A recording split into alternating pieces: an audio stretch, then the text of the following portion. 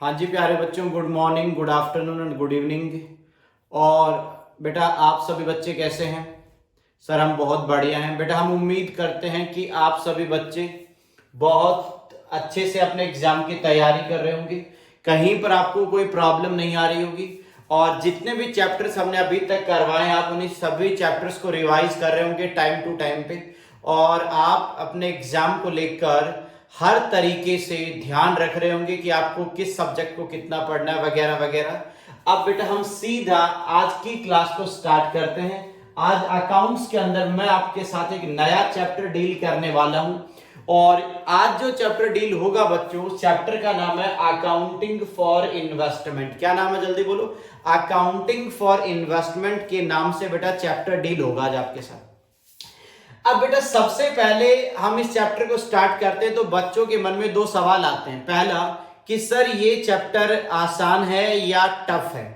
दूसरा डाउट बच्चे के मन में आता है कि सर ये भी बता दो एग्जाम के लिए हम इस चैप्टर को ज्यादा ध्यान दें, कम ध्यान दें, मतलब मार्क्स का क्या क्राइटेरिया है, कितने मार्क्स का ये कवर होगा, इंपॉर्टेंस के अकॉर्डिंग भी सर आप हमें बता दो। तो दो बातें बताना चाहता हूं। चैप्टर बेटा बहुत ही आसान और इंटरेस्टिंग चैप्टर है, कहीं पर कोई दिक्कत नहीं आएगी। पहली बात सर आप हर चैप्टर में यही बोलते हो, हाँ बेटा आपको दिक्कत नहीं आएगी, यकीन करो। सेकंड, ये जो चैप्टर है बेटा हमारे एग्जाम के अंदर अगर आप देखोगे तो ऑन एन एवरेज 10 मार्क्स का वेटेज लेकर आ रहा है, यानी ये चैप्टर 10 नंबर की इंपॉर्टेंस दे रहा है आपको। और बेटा आप समझ सकते हो सीए के एग्जाम के अंदर 10 नंबर की क्या इंपॉर्टेंस होती है। सर हम जानते हैं यहाँ एक एक नंबर के लिए कितनी मेहनत करनी पड़ती है। आप 10 नंबर की बात कर रहे हो, सर हम नहीं जानेंगे, ऐसे कैसे हो सकता है? तो बेटा मैं आपको बता दूं, अभी तक जो सीए इंटर हमारा न्यू कोर्स चल रहा है उसके अंदर अभी एट प्रेजेंट तक 4 बार एग्जाम कंडक्ट हुए। मई 18, नवंबर 18, मई 19, नवंबर 19। ये बेटा अटेम्प्ट के बारे में लिखा हुआ, ये मार्क्स तो 18 में 10 नंबर, अगेन 18 में 10 नंबर, 19 में 10 नंबर और 2019 में फिर से 10 नंबर का ये कवर हुआ। यानी कहीं ना कहीं ये चैप्टर हमारे एग्जाम के लिए हमें 10 नंबर दिलाएगा अगर आप इस चैप्टर को पूरी ईमानदारी के साथ पढ़ोगे। और जितनी प्रॉब्लम्स, जितने एग्जांपल्स, जितने कॉन्सेप्ट्स भी मैं आपको करवाऊंगा, अगर आप उन सभी बातों का आराम से सुनकर और करके जाओगे तो बेटा पेपर के लिए आपकी बड़ी मदद करेगा। अब सीधा मैं चैप्टर के ऊपर लेके चलता हूं कि हम क्या पढ़ने वाले हैं। ठीक है सर आप लेके चलो। बेटा सबसे पहले अब हम अकाउंट्स पढ़ रहे हैं तो ये बात क्लियर है कि हम कुछ अकाउंटिंग सीखेंगे। अच्छा अकाउंटिंग हम किस चीज की सीखेंगे? यहां जो अकाउंटिंग सीखेंगे बेटा वो सीखेंगे अकाउंटिंग फॉर इन्वेस्टमेंट, यानी हम पूरी अकाउंट्स के अंदर अकाउंटिंग करना ही तो सीखते हैं। हम अकाउंटेंट है बेटा, किसी भी ट्रांजैक्शन को कैसे रिकॉर्ड किया जाता है यही तो हमारा मतलब जो अकाउंट्स का सिलेबस है वो हमें पढ़ाता है। हाँ आज का जो मुद्दा होगा वो होगा बेटा इन्वेस्टमेंट को लेकर, कि सर इन्वेस्टमेंट को लेकर अकाउंटिंग कैसे की जाती है। तो पहले एक बात बता दूं बेटा, एक अकाउंटिंग स्टैंडर्ड है जिसका नंबर है AS 13, यानी अकाउंटिंग स्टैंडर्ड नंबर 13 भी इसी चैप्टर के अंदर कवर करवाया जाएगा। तो ये जो चैप्टर है अकाउंटिंग फॉर इन्वेस्टमेंट, इसमें बेटा सबसे पहले हमें समझना चाहिए। अब अकाउंटिंग तो आप सभी बच्चे जानते हो कि कुछ ना कुछ हमें रिकॉर्ड करना सीखना है यहाँ पर। अच्छा किसकी रिकॉर्डिंग सीखेंगे? इन्वेस्टमेंट की। तो सबसे पहला डाउट आता है कि सर आप इन्वेस्टमेंट वर्ड को समझा दो हमें कि सर इन्वेस्टमेंट किसे कहते हैं। बेटा इन्वेस्टमेंट क्या है उसको लेकर मैं आपको एक डेफिनेशन डील करने वाला हूं। तो बेटा मैंने यहां पर एक डेफिनेशन नोट कर रखी है। आपने देखा होगा व्हाइट बोर्ड के अंदर हमने बहुत सारी बातें नोट कर रखी है। जब मैं आपको समझा रहा हूं यानी बेटा जब मैं आपको पढ़ा रहा हूं, आपको किसी भी पॉइंट को नोट नहीं करना। जब आपको नोट करना है, देखो नोटिंग सब चीजें करने बेटा, लेकिन जब भी आपको नोट करना वीडियो को पॉज कर देना और उसके बाद में प्रॉपर रजिस्टर में नोटिंग कर लेना। और समझते वक्त ऐसी गलती बिल्कुल भी नहीं करनी, नोटिंग पे बिल्कुल ध्यान नहीं देना समझते वक्त। ठीक है सर। सबसे पहले आता है बच्चों मीनिंग ऑफ इन्वेस्टमेंट। भला इन्वेस्टमेंट क्या होता है? तो बहुत सिंपल सा मीनिंग है बेटा इन्वेस्टमेंट का। क्या लिखा? Investment are asset. तो सबसे पहले हमें जो वर्ड समझ में आया, इन्वेस्टमेंट एसेट को कहते हैं। किसको कहते हैं बच्चों? इन्वेस्टमेंट एक एसेट है। अब मैं आपको एक बैलेंस शीट बनाकर दिखाता हूं। आप सभी बच्चों ने बेटा अकाउंट्स के अंदर बैलेंस शीट देखी होगी, बिल्कुल सर।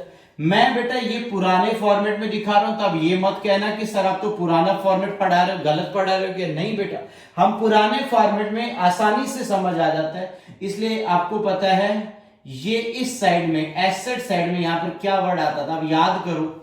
इधर आपकी लाइबिलिटीज आती थी, बिल्कुल सर। इधर क्या आता था बच्चों, इधर आता था सर जी एसेट। तो बताओ इधर एसेट साइड में कभी आपने इन्वेस्टमेंट वर्ड देखा या नहीं देखा? बरोबर देखा सर हमने। तो आपको क्या समझना है, investment are asset. Investment asset होती है held by an enterprise. Held का मतलब होता है रखना। इन्वेस्टमेंट एक एसेट है जो एक एंटरप्राइज रखता है। क्यों रखता है, मतलब एक एंटरप्राइज इन्वेस्टमेंट को रखकर या उस एसेट को रखकर क्या, मतलब क्या फायदा है, क्यों रखेगा, ऑब्जेक्ट क्या है उसका। तो बेटा मैं कह सकता हूं इन्वेस्टमेंट को रखने का जो ऑब्जेक्ट है, generating income by way of, यानी आप इन्वेस्टमेंट इसलिए रखते हो अपने बिजनेस में क्योंकि आप वहां से क्या कमाना चाहते हो। वहां से सर हम इंटरेस्ट, सर वहां से हम डिविडेंड, सर वहां से हम रेंट, और सर हम कैपिटल एप्रिसिएशन चाहते हैं। यानी बेटा कोई भी एंटरप्राइज अगर कभी भी इन्वेस्टमेंट रखता है तो यकीन मानना कि वो इसलिए रखता है क्योंकि वो वहां से कुछ इनकम जनरेट करना चाहता है। बेटा इनकम दो तरीके की कह सकता हूं मैं। एक मैं कहूंगा रेवेन्यू नेचर की इनकम जनरेट करेगा, और एक होता है बेटा कैपिटल नेचर की। अब बच्चा कहता है कि सर रेवेन्यू इनकम कौन सी, कैपिटल कौन सी, वो क्लैरिफाई कर दो। तो ध्यान से सुनना बेटा, रेवेन्यू इनकम मेरे अकॉर्डिंग क्या है उसे आराम से समझो। ये जो इंटरेस्ट, डिविडेंड और रेंट आप देख रहे हो ना, ये सब बेटा रेवेन्यू नेचर की इनकम है। अब सर एक एग्जांपल दे दो बेटा। मान लो मैं एक टीचर हूं, बच्चों को पढ़ाता हूं। मैं हर साल जो भी कमाता हूं उसके बाद मेरे पास 50,000 रुपीज बच जाते हैं, और मैं वो 50,000 रुपीज ले जाकर एक बैंक में जमा करवा देता हूं। ध्यान से सुनना, मैं बैंक में जाकर एक एफडी करवा देता हूं। तो जब मैं बैंक में जाकर वो एफडी करवा रहा हूं बेटा, वो मेरे लिए जो फिक्स डिपॉजिट है वो मेरा एक इन्वेस्टमेंट है, यानी मेरी एक एसेट है। अच्छा, मैंने बैंक में वो पैसा क्यों जमा करवाया? क्या मैंने इसलिए जमा करवाया कि मैं चलो मेरे पास एक्स्ट्रा रखा हुआ बैंक को दे देता हूं कि बैंक आपके पास जो गरीब आदमी आए आप उसे पैसा काम में लेने के लिए दे देना? ऐसा नहीं है बेटा। मैं बैंक में वो पैसा इसलिए जमा करवाता हूं क्योंकि मैं उस पैसे पे कुछ जनरेट करना चाहता हूं, यानी कुछ इनकम कमाना चाहता हूं। तो बैंक मुझे देता है बेटा इंटरेस्ट। अच्छा, मैंने रेवेन्यू नेचर का क्यों बोला? क्योंकि बेटा वो इंटरेस्ट मुझे हर साल रिपीट होगा। जब तक मेरा पैसा बैंक में जमा है तब तक मुझे वहां से इनकम जनरेट होती रहेगी। तो इंटरेस्ट। अच्छा, डिविडेंड, मैंने उस 50,000 को बैंक में डिपॉजिट करवाने की बजाय मैंने किसी कंपनी में इन्वेस्ट कर दिया। मैंने रिलायंस, बिरला, टाटा, इन्फोसिस, किसी कंपनी के शेयर्स खरीदे। अब बेटा मैं जब कंपनी के शेयर्स खरीदूंगा तो कंपनी मेरे पैसे को यूटिलाइज करेगी, यानी अपने बिजनेस में लगाएगी, और उसके बदले में कंपनी मुझे कुछ रिटर्न देती है। उस रिटर्न को अकाउंट्स में बोला जाता है डिविडेंड। तो मेरा पैसा जब कंपनी में एम्प्लॉयड होगा, मुझे कंपनी उसके लिए डिविडेंड देगी, और ये आपको हर साल दिया जाएगा। एक होता है बेटा रेंटल। मेरी कोई प्रॉपर्टी है, मैंने उसे किसी को किराए पे दे दिया, तो बताओ मेरे को वहां से रेंट रिकवर होगा कि नहीं? तो बेटा क्या, इन्वेस्टमेंट एसेट है जो हम रखते हैं किस पर्पज के लिए? इनकम के पर्पज के लिए। इनकम में आपका इंटरेस्ट, डिविडेंड और रेंट, इनको मैं कह सकता हूं रेवेन्यू नेचर की इनकम है। ये आपके तीनों रेवेन्यू के एग्जाम्पल बनेगा। अब बच्चा कहता है कि सर मान लिया ये तीनों रेवेन्यू, तो सर जी कैपिटल एप्रिसिएशन क्या है? हाँ, ये समझना है बेटा। देखो बच्चों, कैपिटल एप्रिसिएशन आप ऐसे समझ सकते हो। मान लो मैंने आज RIL, रिलायंस इंडिया लिमिटेड का या रिलायंस इंडस्ट्रीज का बेटा मैंने एक शेयर खरीदा, और आज मान लो उसकी मार्केट प्राइस है बच्चों, एक बार के लिए 500 मान लो, एक शेयर 500 रुपए का। अच्छा, मैंने रिलायंस का शेयर खरीदा और मेरे माइंड में पहले से एक सिस्टम बना हुआ है, यानी मेरे माइंड में कुछ चल रहा है। मालूम है क्या चल रहा है? मैं ये सोच रहा हूं कि रिलायंस के शेयर की वैल्यू बढ़ेगी। मुझे लगता है अगले साल ये 700, 800, 1000 रुपए का हो जाएगा। तो बात को समझना, यानी आज मैंने जो 500 रुपए इंप्लॉय किए, अगले साल तक वो 1000, 800 या कुछ भी अगर उसकी वैल्यू बढ़ती है तो उस वैल्यू के बढ़ने को हम कहते हैं कैपिटल एप्रिसिएशन। आपने कोई बिल्डिंग खरीद ली, आपने उस बिल्डिंग को खरीदा 4 करोड़ रुपए में और आपको लगता है कि अगले साल इस बिल्डिंग की वैल्यू बढ़कर 5 करोड़ हो जाएगी, तो जो 1 करोड़ रुपए आपको मतलब जो इनकम होगी उसे कहते हैं कैपिटल एप्रिसिएशन। यानी आपकी लगाई हुई पूंजी यानी कैपिटल में जो बढ़ोतरी होती है उसे बोला जाता है बेटा कैपिटल एप्रिसिएशन। तो जल्दी से बताओ इन्वेस्टमेंट क्या है? सर इन्वेस्टमेंट एसेट है जो एक एंटरप्राइज रखता है, रखने के पीछे उसके माइंड में 2 ऑब्जेक्ट होते हैं। ऑब्जेक्ट नंबर 1 वो इन रेवेन्यू नेचर की इनकम जनरेट करना चाहता है जो आपका इंटरेस्ट, डिविडेंड और रेंट बनेगा। सेकंड पर्पस होता है फॉर कैपिटल एप्रिसिएशन, इसी पर्पस से बेटा वो पैसे इन्वेस्ट करता है। बोलो हाँ या ना? एकदम सर क्लियर है, यहां तक की बात समझ आ गई। अगर ये समझ आ गया तो बेटा मैं आपको आगे लेकर चलता हूं। बहुत इंपॉर्टेंट पॉइंट है क्लासिफिकेशन ऑफ इन्वेस्टमेंट, यानी आप इन्वेस्टमेंट को कैसे क्लासिफाई करोगे। अगर मैं एक सिंपल सी बात करें बेटा, अकाउंट्स के अंदर जो इन्वेस्टमेंट मैं पढ़ रहा हूं ये अकाउंटिंग स्टैंडर्ड 13 के अकॉर्डिंग भी चलेंगी। तो इन्वेस्टमेंट को क्लासिफाई किया जाएगा 2 हेड के अंदर, यानी इन्वेस्टमेंट आपकी 2 पार्ट्स में क्लासिफाई हो सकती है। पार्ट नंबर 1 यानी पहली इन्वेस्टमेंट मैं कह रहा हूं लॉन्ग टर्म इन्वेस्टमेंट, दूसरा मैं कह सकता हूं शॉर्ट टर्म। सर आपने ये क्या कर दिया बेटा, ये तो गड़बड़ होगी। कैसे गड़बड़ कर देते हो सर? बेटा बाय मिस्टेक इसे लॉन्ग टर्म नहीं बच्चों, इसे आप शॉर्ट टर्म करो। कोई बात नहीं सर, आप बोल रहे हो हम ठीक कर लेंगे। हाँ नालायक को ठीक करना ही पड़ेगा। ओके सर, पहला इन्वेस्टमेंट को 2 पार्ट्स में क्लासिफाई किया मैंने। पहला शॉर्ट टर्म इन्वेस्टमेंट यानी करंट, दूसरा बच्चों लॉन्ग टर्म इन्वेस्टमेंट। ठीक है, शॉर्ट टर्म इन्वेस्टमेंट किसे कहा जाता है, लॉन्ग टर्म किसे कहा जाता है, दोनों बातें आपको समझाऊंगा। सबसे पहला बेटा शॉर्ट टर्म इन्वेस्टमेंट कभी भी आपको देखना है कि कौन शॉर्ट टर्म है कौन लॉन्ग टर्म है। तो शॉर्ट टर्म पे आपको 2 कंडीशंस देखनी है। कंडीशन नंबर 1 क्या लिखा हुआ है? It is readily realisable.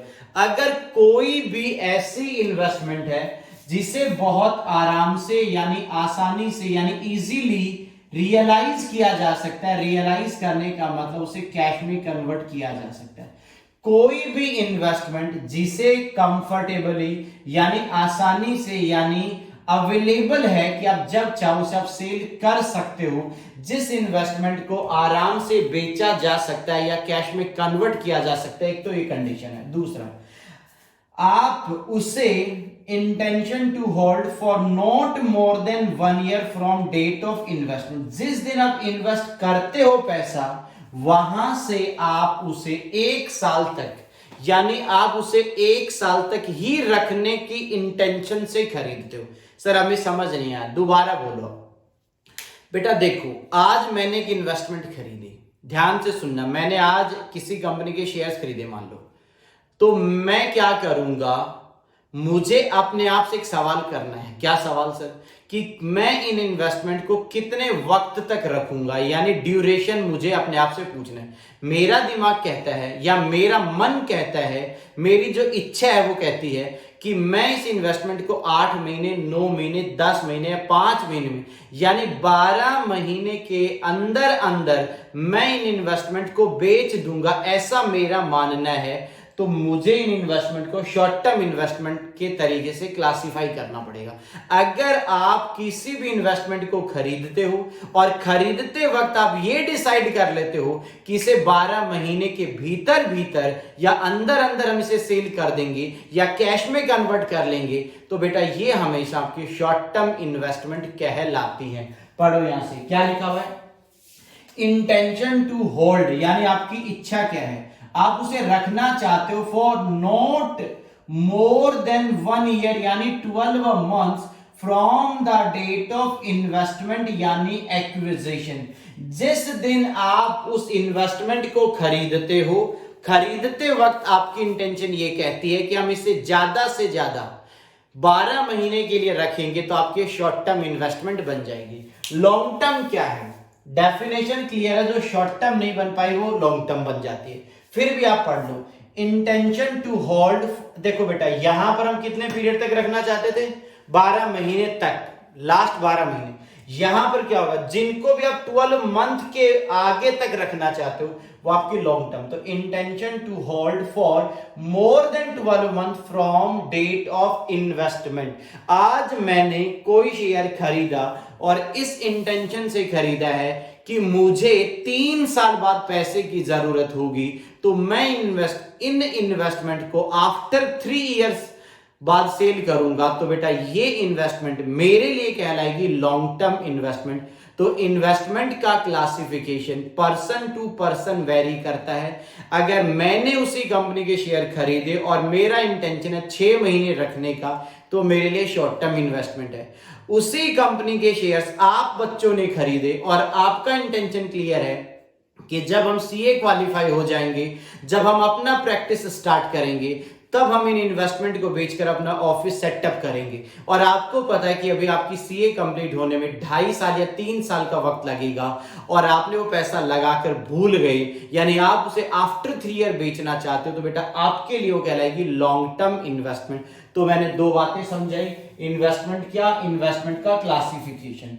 हाँ, इस चैप्टर के अंदर इन्वेस्टमेंट को एक और बेस पे क्लासिफाई किया गया है। इन्वेस्टमेंट का क्लासिफिकेशन किया गया है on the basis of income.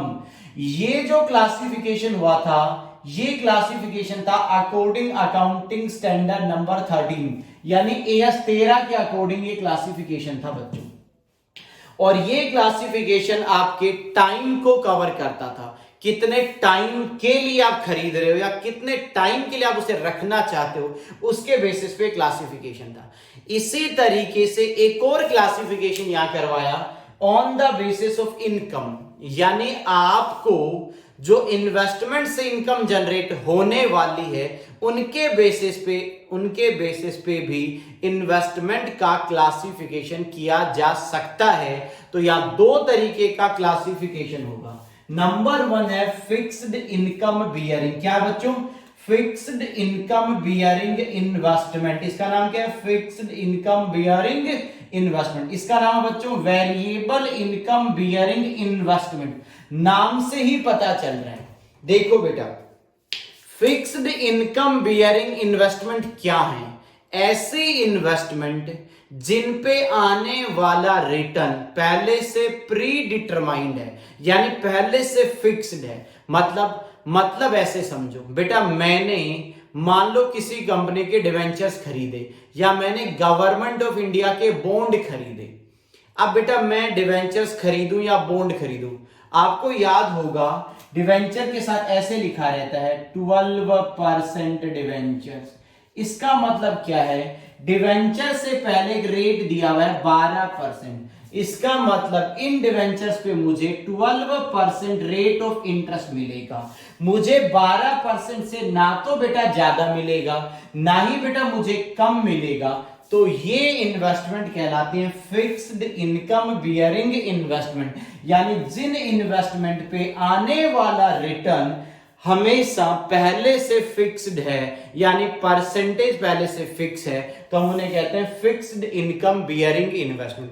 दूसरा पॉइंट, इन इन्वेस्टमेंट के आने वाला जो इंटरेस्ट होगा या जो आने वाली इनकम होगी उसकी डेट भी बेटा पहले से फिक्स होती है। जैसे मैंने जब डिवेंचर्स खरीदा तो कंपनी ने मुझे पहले ही बता दिया कि हम इन डिवेंचर्स पे 1 साल में 2 बार इंटरेस्ट पे करते हैं, हर 6 महीने के टाइम गैप के बाद। कितने महीने, 6 महीने के गैप के बाद। अब वो 6 महीने कुछ भी हो सकते हैं, वो ऐसे भी हो सकते हैं 30 जून और 31 दिसंबर, वैसा भी हो सकता है कि आपका 31 मार्च और 30 सितंबर।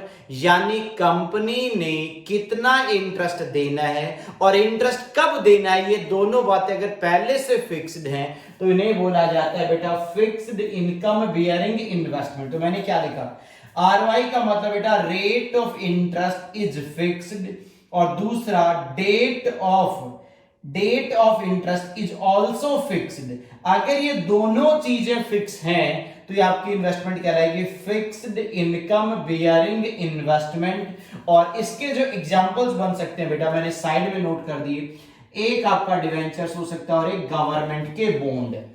क्लियर है? तो आपको क्या समझना है कि इन्वेस्टमेंट का क्लासिफिकेशन इनकम के बेसिस पे दो है।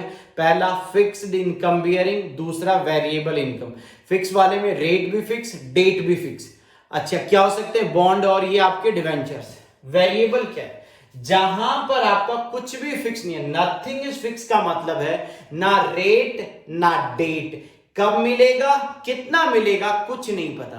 ये कंपनी पे डिपेंड करता है वो कितना रिटर्न देगी आपको और कब रिटर्न पे करेगी, ये सारी बातें उस कंपनी पे डिपेंड करती है।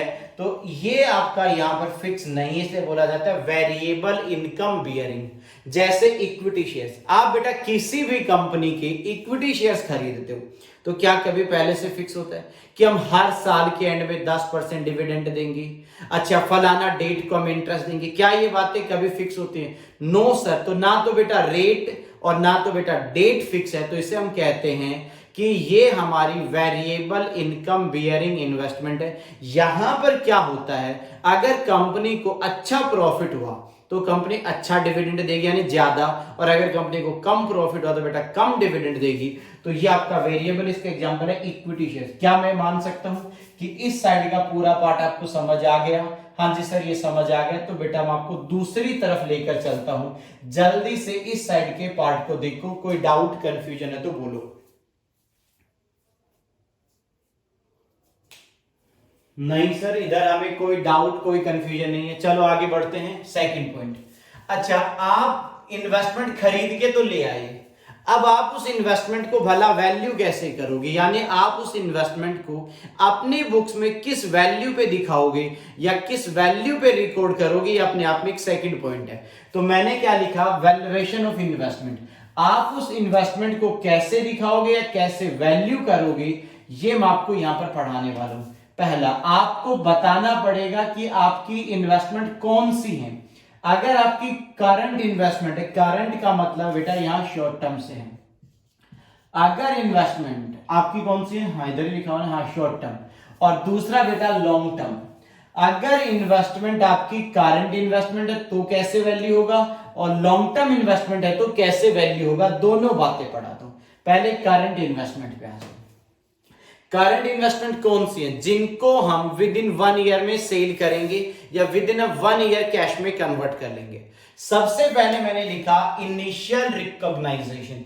बेटा इनिशियल का मतलब होता है शुरुआत, शुरुआत का मतलब जिस दिन आपने इन्वेस्टमेंट को खरीदा। आप ऐसे समझो बेटा, आज मान लो 1 नवंबर है और आज मैंने मार्केट में जाके कुछ शेयर्स खरीदे, और जब मैं वो शेयर्स खरीद कर वापस आता हूं तो जब मैं पहली बार आकर अपनी बुक्स में उस इन्वेस्टमेंट को रिकॉर्ड करता हूं, जब पहली बार उस इन्वेस्टमेंट को मेरी बुक्स में रिकॉर्ड किया जाता है, उसे बोला जाता है इनिशियल रिकॉग्नाइजेशन यानी शुरुआती रिकॉर्डिंग।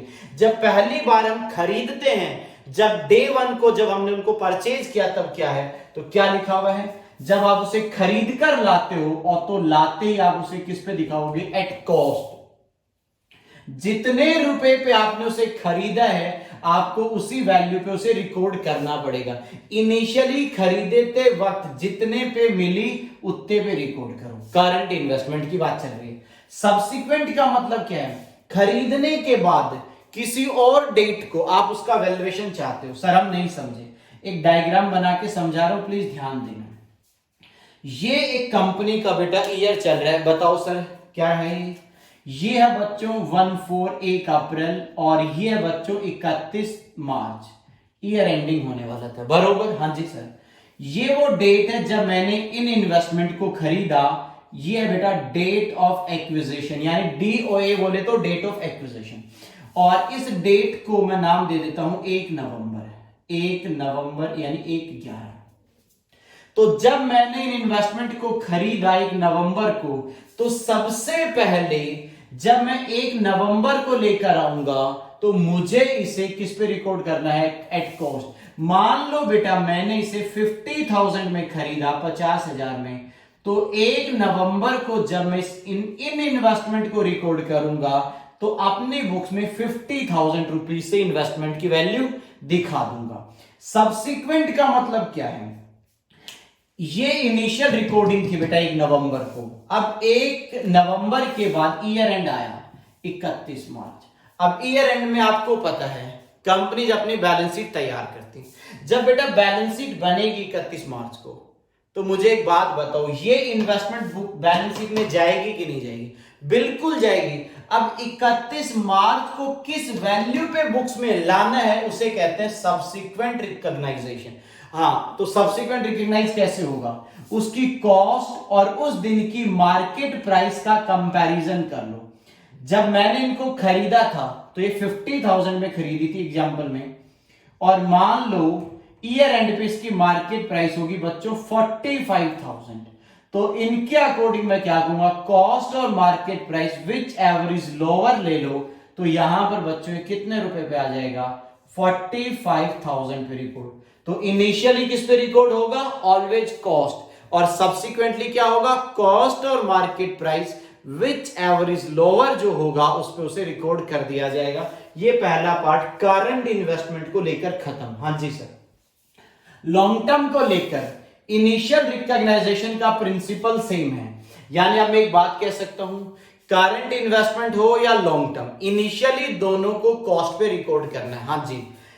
आगे क्या लिखा कि लॉन्ग टर्म में सब्सिक्वेंटली क्या हो सकता है? क्या लिखा हुआ है? Always valued at cost. इसका मतलब लॉन्ग टर्म इन्वेस्टमेंट हमेशा हमेशा किस पे आनी चाहिए?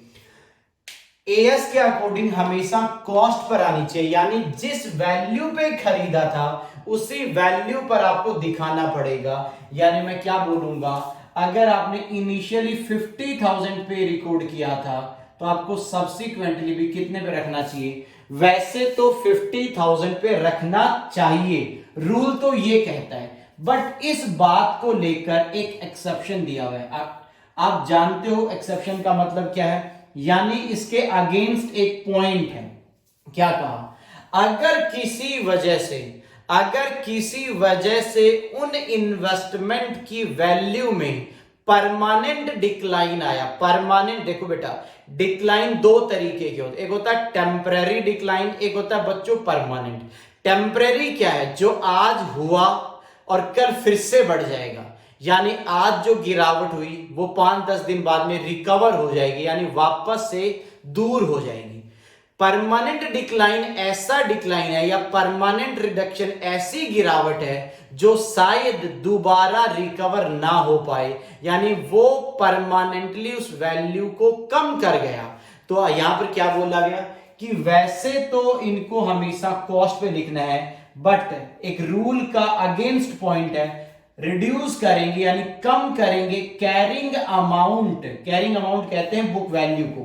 Carrying amount of investment if word use किया बेटा, यहां पर क्या लिखा? If permanent reduction in value, अगर किसी वजह से इन्वेस्टमेंट की वैल्यू में परमानेंट गिरावट आई है, यानी उस वैल्यू में जो गिरावट है वो टेम्परेरी नहीं है, परमानेंट इन नेचर है, तो उस परमानेंट गिरावट को कम करने के बाद जो वैल्यू बचेगी उस वैल्यू पे आप उसे रिकॉर्ड करोगे।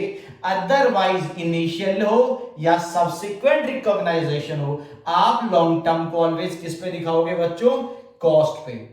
इसका एक्सेप्शन क्या दिया हुआ है कि अगर परमानेंट डिक्लाइन है तो हम उसकी वैल्यू को कम कर देंगे, अदरवाइज वो हमेशा कॉस्ट पे आता रहेगा। तो ये बातें मैंने बताई। इन्वेस्टमेंट क्या है, क्लासिफिकेशन और वैल्यूएशन कैसे किया जाता है। उम्मीद करता हूं समझ आ गया।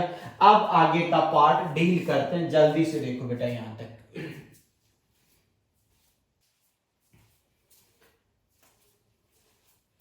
हाँ जी बेटा, तो यहां तक की बातें आपने नोट कर ली होगी, समझा हम ऑलरेडी चुके हैं आपको। अब मैं इन सब बातों को यहां से हटा रहा हूं, और अब बेटा मैं आपको इस चैप्टर के अंदर फिक्स्ड इनकम बियरिंग इन्वेस्टमेंट से कुछ बातें स्टार्ट करवाता हूं।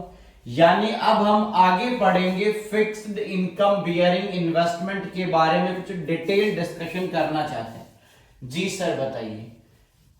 बेटा प्राइस को लेकर कुछ बातें चलेंगी। प्राइस को लेकर, यानी प्राइस यहां पर अब दो तरीके की मैं बोलूंगा, एक बोलूंगा कम CUM कम इंटरेस्ट प्राइस, और दूसरा बच्चों EXX इंटरेस्ट प्राइस।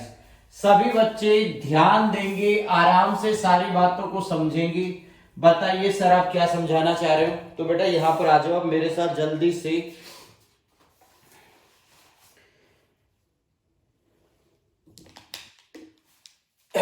हाँ जी सर बताइए। बेटा ध्यान से सुनो, मैं क्या पढ़ा रहा हूं।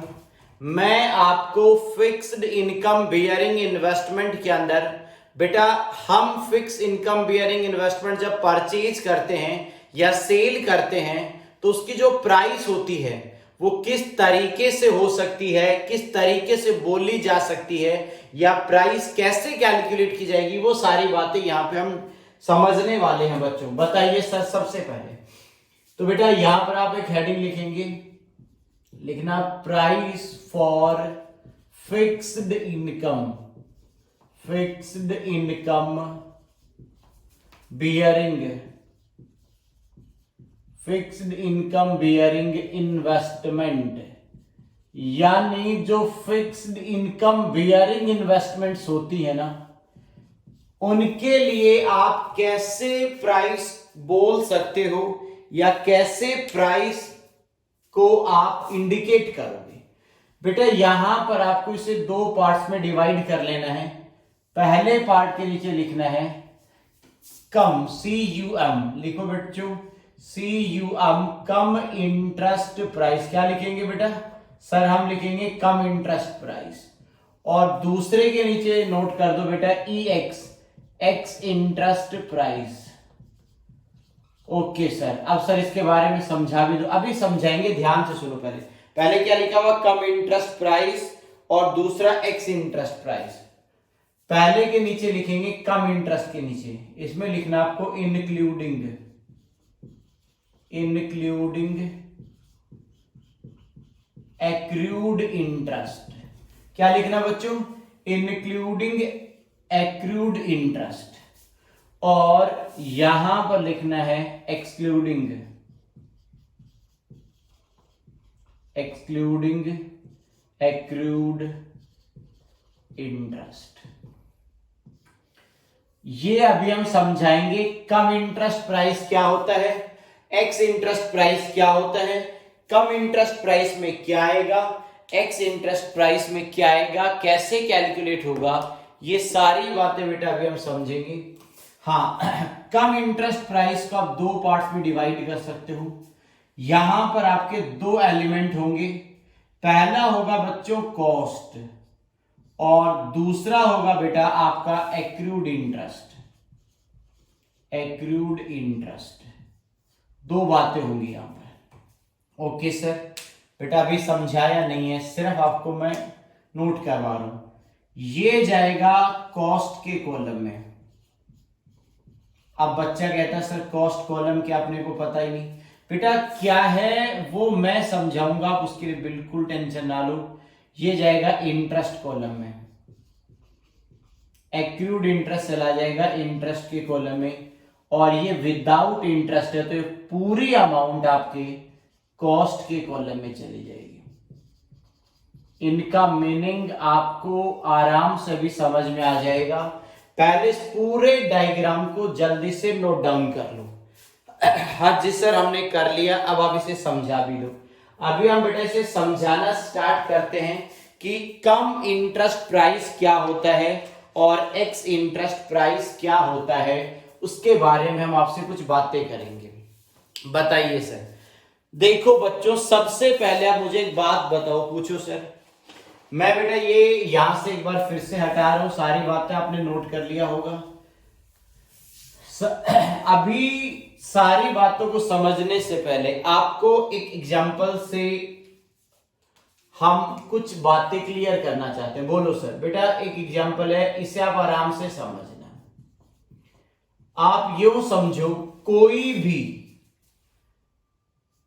कंपनी है, उसका ये फाइनेंशियल ईयर, आराम से सुनना, कोई टेंशन नहीं है, 1 अप्रैल से स्टार्ट होता है, 31 मार्च को खत्म हो जाता है। अब मैं जो बातें करूं उसे ध्यान से सुनना।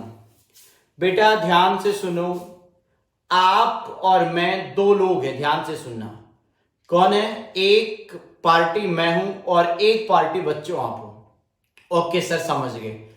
आपको मैं एक एग्जांपल में कंसीडर करूंगा, उसके बेसिस पे आप जवाब देना। सबसे पहले बेटा आपके पास, ऐसे समझो आपके पास किसी कंपनी के डिवेंचर्स हैं। क्या बोला मैंने?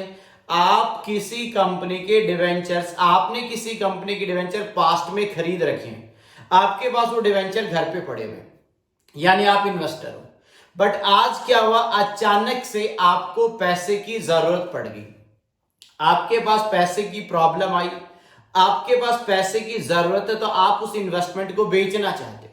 इसका मतलब आपके पास इन्वेस्टमेंट है, आप उस इन्वेस्टमेंट को बेचना चाहते हो, और मैं बेटा आपका एक दोस्त हूं, मेरे पास पैसे की अभी ऐसा कोई प्रॉब्लम नहीं है और मैं इन्वेस्टमेंट खरीदने में इंटरेस्ट हूं। तो दो पार्टी होगी, एक बेचने वाली पार्टी जो कि आप हो, और एक बच्चों खरीदने वाली पार्टी जो कि मैं हूं। तो हम दोनों कैसे बातें करेंगे वो यहां से समझना। जिस कंपनी के आपके पास डिवेंचर्स हैं वो कंपनी एक ईयर फॉलो करती है, और उस ईयर को मैं बोलूंगा 1 अप्रैल से लेकर 31 मार्च, यानी जिस कंपनी के आपके पास डिवेंचर है वो अप्रैल से मार्च में ईयर एंड कर देती है। ठीक है सर, एक डिवेंचर जो है उसकी बच्चों फेस वैल्यू है 100 रुपए। ध्यान से सुनना बच्चों, सभी बच्चे, कितने रुपए है बेटा? 100 रुपए। ठीक है सर, अगला पॉइंट, उस पे जो रेट ऑफ इंटरेस्ट है बेटा वो है आपका 12% पर एनम। आराम से सुनना, आपके पास एक डिवेंचर है, उसकी फेस वैल्यू 100 रुपए, रेट है बेटा उस पे 12%। हाँ सर, अगला पॉइंट बेटा, इस डिवेंचर को कंपनी ने जब इश्यू किया था, पहले बताओ फिक्स इनकम बियरिंग है कि वेरिएबल? पॉइंट नंबर 1 ये फिक्स्ड है, रीजन इस पे रेट ऑफ इंटरेस्ट फिक्स है, इस पे डेट ऑफ इंटरेस्ट भी फिक्स है, जो मैं यहां नोट कर रहा हूं। इस कंपनी ने सिस्टम बना रखा है कि साल में 2 बार इंटरेस्ट पे करेंगे। इस कंपनी ने बेटा 30 जून को एक इंटरेस्ट देना है और एक बच्चों 31 दिसंबर को इंटरेस्ट देना है। तो सवाल फिर से सुनो, आपके पास एक डिवेंचर है जिसपे रेट है 12% और वो कंपनी एक साल में 2 बार इंटरेस्ट का पेमेंट करती है। पहला इंटरेस्ट का पेमेंट बच्चों वो 30 जून को करती है और अगला पेमेंट 6 महीने बाद 31 दिसंबर को कर देती है। अब मैं आपसे एक बात जानना चाहता हूं, उसका जवाब दो। आपको पैसे की नीड है, आप मेरे पास आए, आपने बोला कि सर हमें हमारा डिवेंचर सेल करना है। मैंने बोला ठीक है। आप जिस दिन मेरे पास आए वो डेट है बेटा, यहां पे ध्यान से सुनना, वो है बेटा यहां पर 1 अक्टूबर। क्या है जल्दी बोलो? 1 अक्टूबर वो डेट है जिसे मैं बोलूंगा डेट ऑफ अ ट्रांजैक्शन। क्या बोलूंगा बच्चों? Date of transaction. आपके पास डिवेंचर है, वो कंपनी 30 जून 31 दिसंबर को इंटरेस्ट पे करती है और 1 अक्टूबर को आप उस इन्वेस्टमेंट को बेचना चाहते हो और मैं बच्चों उस इन्वेस्टमेंट को खरीदना चाहता हूं। तो आप मेरे पास आए, आपने बोला कि सर हमें ये डिवेंचर बेचना है। बेटा मैंने अपनी पॉकेट से 100 रुपए निकाले, मैंने फटाक से 100 रुपए का नोट निकाला और तुम्हारे हाथ में थमा दिया। मैंने बोला लाओ जल्दी से मुझे डिवेंचर दे दो। बताओ आप दे दोगे क्या? आप कहोगे नहीं नहीं सर रुको रुको। मैंने बोला अरे क्या हुआ, 100 रुपए दिए ना मैंने तेरे को। तो आप बोलोगे सर आप हमें डिवेंचर के 100 रुपए दे रहे हो, अच्छी बात है, आपने हमें उस डिवेंचर की वैल्यू का पेमेंट कर दिया, हमें इसमें कोई प्रॉब्लम नहीं। मैंने बोला फिर तुम्हें क्या दिक्कत है, तुम बेचना चाहते हो, मैं तुम्हें तुम्हारी वैल्यू दे रहा हूं तो भला मेरे को डिवेंचर क्यों नहीं दे रहे हो? तो अगला सवाल सुनना। अब आप बोलोगे, आप पता है क्या बोलोगे? आप बोलोगे कि सर, आपकी तरफ से बोल रहा हूं बच्चों, कि सर हमें कंपनी से लास्ट इंटरेस्ट 30 जून को मिला। मैंने बोला वो तो बरोबर है, यानी आप कह रहे हो कि सर हमें कंपनी से 30 जून तक का इंटरेस्ट मिल चुका है। मैंने बोला हाँ। आप कह रहे हो कि सर 30 जून के बाद हमारे पास ये इन्वेस्टमेंट रखी रही for the month of July, for the month of अगस्त और सितंबर, यानी आप कहना चाह रहे हो कि 30 जून के बाद भी ये इन्वेस्टमेंट आपके पास थी फॉर फर्दर 3 मंथ्स, यानी अगले 3 महीने के लिए भी ये इन्वेस्टमेंट आपके पास रखी हुई थी और मैं इस इन्वेस्टमेंट को अक्टूबर में खरीदना चाहता हूं, 1 अक्टूबर को। तो आप पता क्या कहते हो कि सर हम इस इन्वेस्टमेंट को बेचेंगे बट 100 रुपए पे नहीं सर, हमें 100 रुपए के एडिशन में हमें वो इंटरेस्ट दे दो जो हमारा बनता है, यानी एक्रूड है, बट हमें अभी तक मिला नहीं है, या यूं कह दो वो अभी ड्यू नहीं हुआ है। यानी आप मेरे से मालूम है क्या चाहोगे, आप चाहोगे डिवेंचर की वैल्यू और साथ ही साथ उस वैल्यू के साथ आप 3 महीने का एक्रूड इंटरेस्ट चाहोगे। यानी आप इंटरेस्ट चाहोगे जुलाई, अगस्त और सितंबर का। क्यों चाहोगे? क्योंकि आपको पता है जब हम यानी आप जब अक्टूबर को इन्वेस्टमेंट बेच दोगे तो जब इंटरेस्ट की अगली डेट आएगी 31 दिसंबर, उस दिन बेटा कंपनी की बुक्स में आप ओनर नहीं हो, उस दिन मैं ओनर हूं कंपनी की बुक्स में, और कंपनी बेटा मुझे 6 महीने का इंटरेस्ट दे देगी। यानी कंपनी मुझे 30 जून से लेकर 31 दिसंबर का एक साथ इंटरेस्ट पे कर देगी। तो ध्यान से सुनना, तो मुझे यहां पर कितने महीने का इंटरेस्ट मिलेगा? 6 महीने का। जबकि लॉजिकली मेरा इंटरेस्ट बताओ कितने महीने का? मेरा इंटरेस्ट सिर्फ और सिर्फ बनता है अक्टूबर, नवंबर और दिसंबर। उसके बावजूद भी मुझे कितने महीने का इंटरेस्ट मिलेगा? 6 महीने का इंटरेस्ट मिलेगा। तो बेटा ऐसे केस में क्या होता है, जो प्रीवियस ऑनर होता है ना, वो जिसको भी इन्वेस्टमेंट सेल करता है उससे अपना इंटरेस्ट ले लेता है। यानी यहां पर क्या होगा, मैं आप बच्चों को 3 महीने का आपका इंटरेस्ट पे कर दूंगा और 3 महीने बाद यानी 31 दिसंबर को मुझे कंपनी से कितने मंथ का इंटरेस्ट मिलेगा? तो अब ध्यान से समझना, मेरी पॉकेट में 31 दिसंबर को कितने महीने का इंटरेस्ट आएगा? 6 महीने का। और मैं ऑलरेडी पिछले ऑनर को कितने महीने का इंटरेस्ट दे चुका हूं? 3 महीने का दे चुका हूं। तो बताओ मेरी पॉकेट में सिर्फ कितने महीने का इंटरेस्ट मिला? सर आपकी पॉकेट में सिर्फ 3 महीने का इंटरेस्ट आया, और बेटा मेरा इंटरेस्ट बनता भी कितने महीने का है? 3 महीने का। इसलिए मैं आपको लास्ट में एक ही बात बोलूंगा, पिछला ऑनर जब भी इन्वेस्टमेंट बेचेगा वो इन्वेस्टमेंट की वैल्यू के साथ साथ अपना एक्रूड इंटरेस्ट जरूर लेना चाहेगा जितने भी दिन का उसका बनता है। और अगर हम उसे उसका इंटरेस्ट पे करते हैं तो आप ऐसे समझो, यहां पर एक्रूड इंटरेस्ट की कैलकुलेशन होगी कैसे? यहां पर मैं बोलूंगा 100 रुपए का वो डिवेंचर है, 12% बेटा उसकी रेट है, और 3 महीने का पीरियड है, तो 3 रुपए बन जाता है। कितने रुपए? 3 रुपए। अब बेटा मैं आपको मालूम है कितने रुपए पे करूंगा? मैं आपको पे करूंगा बेटा 100 रुपए उस डिवेंचर की वैल्यू, यानी 100 रुपए तो for the purpose of debenture पे करूंगा, और 3 रुपए बेटा मैं आपको आपके एक्रूड इंटरेस्ट के पे करूंगा। और इस तरीके से मेरी पॉकेट से बताओ कितने रुपए जाएंगे? 103 रुपए जाएंगे। इसे बोला जाता है कम इंटरेस्ट प्राइस। क्या बोला जाता है? यानी एक ऐसी प्राइस जिसके अंदर इंटरेस्ट का कंपोनेंट ऑलरेडी इंक्लूडेड है, उसे बोला जाता है कम इंटरेस्ट प्राइस। क्या बोला जाता है? जल्दी बोलो।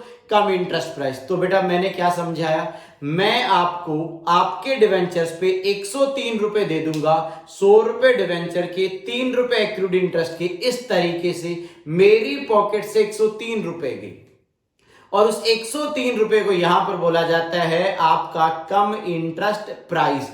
अब बच्चे को ऐसा लग रहा होगा कि सर आपने ये डिवेंचर महंगा खरीद लिया। बेटा ये महंगा नहीं खरीदा, आपको अभी क्लियर कर दूं कैसे।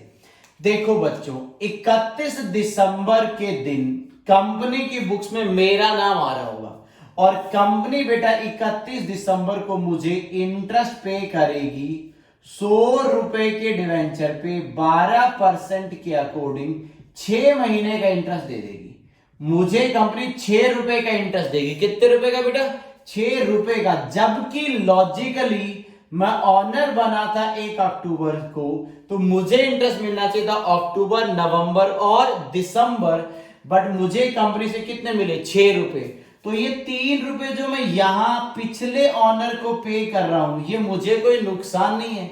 आप ऐसे समझ लो, 6 रुपए मेरे जेब में आएंगे, जिसमें से 3 रुपए मैं पिछले ऑनर को दे चुका हूं। तो नेट मेरी पॉकेट में इंटरेस्ट कितने रुपए का आया? बेटा यही तो मुझे आपको समझाना था। यानी मैं आपको क्या समझा रहा हूं, जब मैं खरीदूंगा तो पिछले ओनर को उसका एक्रूड इंटरेस्ट दे दूंगा, और वही एक्रूड इंटरेस्ट मुझे कुछ टाइम बाद में उस कंपनी से रिकवर हो जाएगा। तो आएंगे 6 रुपए, 3 रुपए ऑलरेडी जा चुके, तो मेरी पॉकेट में बताओ नेट कितने रुपए बचे? सर 3 रुपए बचे, और वो 3 रुपए ही मेरा हकीकत का इंटरेस्ट है। कैसे? ये देख लो, मेरा इंटरेस्ट बनता इसी पीरियड का तो है। तो 1 अक्टूबर से लेकर अगर आप इंटरेस्ट निकालोगे भी 12% से 3 महीने का, तो बेटा 3 ही रुपए तो बनेगा मेरा इंटरेस्ट। 3/12 के अकॉर्डिंग 3 रुपए मेरा इंटरेस्ट बन जाएगा। बोलो हाँ या ना? जी सर। तो बताओ समझ आया कि नहीं आया? तो आपको क्या समझ में आ गया? अगर प्राइस के अंदर इंटरेस्ट का कंपोनेंट इंक्लूडेड है तो उस प्राइस को बोला जाता है कम इंटरेस्ट प्राइस। अगर आप चाहो तो इस एग्जांपल को नोट कर सकते हो, तो मैं आपको तरीके से लिखवा देता हूं। कैसे? ऐसे समझो, यहां पर मैं कह सकता हूं कॉस्ट ऑफ एक सेकेंड, यहां पर ऐसे कह सकते हैं हम बोल सकते हैं डिवेंचर। डिवेंचर है बेटा यहां 100 रुपए का, और 100 रुपए के साथ साथ मैं यहां पर पे करता हूं एक्रूड इंटरेस्ट। और एक्रूड इंटरेस्ट कहां से कहां तक का? लास्ट इंटरेस्ट 30 जून तक का क्लियर है, उसके बाद में यानी 1 जुलाई से लेकर 1 अक्टूबर के बीच का इंटरेस्ट मुझे देना पड़ेगा। तो 100 रुपए पे 12% कैलकुलेट करेंगे फॉर अ 3 मंथ पीरियड, तो ये आपका 3 रुपए का अमाउंट कैलकुलेट हो जाएगा। इस तरीके से 103 रुपए जो आया, इसे यहां पर बोला जाता है कम इंटरेस्ट प्राइस। यानी एक ऐसी प्राइस जिसके अंदर इंटरेस्ट ऑलरेडी गिवन है, यानी एक ऐसी प्राइस जिसमें इंटरेस्ट का कंपोनेंट शामिल है, उसे बोला जाता है कम इंटरेस्ट प्राइस। जल्दी से इसे नोट डाउन करो।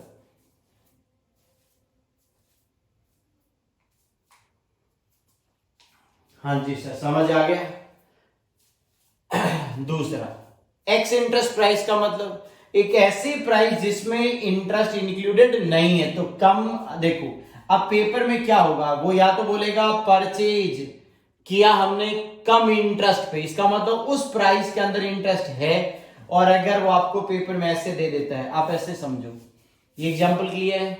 इसी प्रॉब्लम में ऐसे कह देता हूं कि हमने खरीदा एक्स इंटरेस्ट प्राइस पे, वो कह देता बेटा एक्स इंटरेस्ट प्राइस है 99, कितने रुपए है? इसका मतलब क्या सुनो, इसका मतलब ये है कि पिछले ऑनर से जो हमने डिवेंचर खरीदा वो हमने खरीदा 99 रुपीस पे, बट उस 99 में क्या इंक्लूडेड नहीं है? उस पिछले ऑनर का एक्रूड इंटरेस्ट नहीं है। एक बात याद रखना, पिछला जो ऑनर होगा वो बेटा अपना एक्रूड इंटरेस्ट कभी माफ नहीं करेगा, वो हर हाल में आपसे इंटरेस्ट लेकर ही रहेगा। वो क्या बोलेगा कि 3 महीने मेरा पैसा कंपनी में एम्प्लॉयड था, तो 3 महीने का इंटरेस्ट मेरा बनता है, मुझे पे करो, और उसे पे करना ही पड़ेगा। अगर वो प्राइस में इंक्लूडेड है, इसका मतलब इस प्राइस में वो इंटरेस्ट भी है। और अगर लिखा हुआ है ex interest price, that means इस प्राइस पे वो इंटरेस्ट इंक्लूडेड नहीं है। तो हम क्या कर देंगे, इस प्राइस के अंदर अगर वो एक्रूड इंटरेस्ट प्लस कर दूं ना मैं यहां 3 रुपए और ला करके, तो ये बनेगा 102 रुपए। इसे बोला जाएगा कम इंटरेस्ट प्राइस। तो क्या समझ में आया? अगर आपकी प्राइस के अंदर कम इंटरेस्ट वर्ड बोला गया है तो इंटरेस्ट इंक्लूडेड है, और अगर बोला गया है ex interest price, that means interest का कंपोनेंट इंक्लूडेड नहीं है। तो ये आपका कम इंटरेस्ट और एक्स इंटरेस्ट प्राइस का कंसेप्ट था। नोट कर लिया होगा, समझ आ लिया होगा। अब आगे बढ़ते हैं, जल्दी से देखो बेटा यहां तक।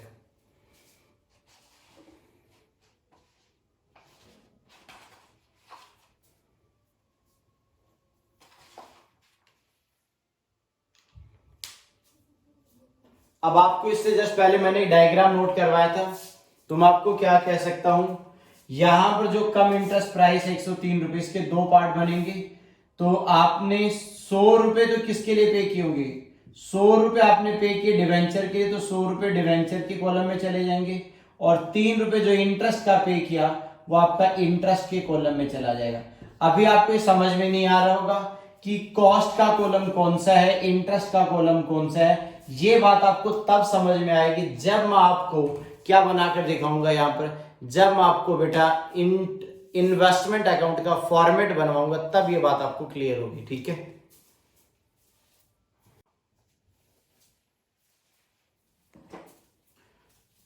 अब बेटा इंटरेस्ट को लेकर आपको 2-3 इंपॉर्टेंट पॉइंट्स नोट करवा देते हैं, तो आप जल्दी से रजिस्टर में लिखना। पॉइंट नंबर 1 बोलो सर। लिखो बच्चों, कुछ नोट्स लिखने पड़ेंगे आपको। तो सबसे पहले लिखना नोट नंबर 1, यहां पे लिखना बेटा आपको नोट नंबर 1। और नोट नंबर 1 जो होने वाला है वो किस पे होगा, लिखना interest is always calculated, interest is always calculated on, interest is always calculated with respect to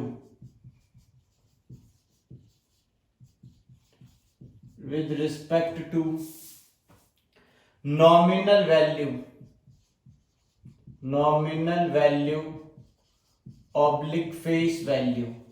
interest हमेशा नॉमिनल वैल्यू बोलो या फेस वैल्यू बोलो, उस पे कैलकुलेट किया जाता है बच्चों।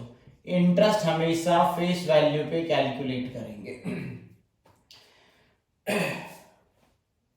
अगला लिखो, interest is always calculated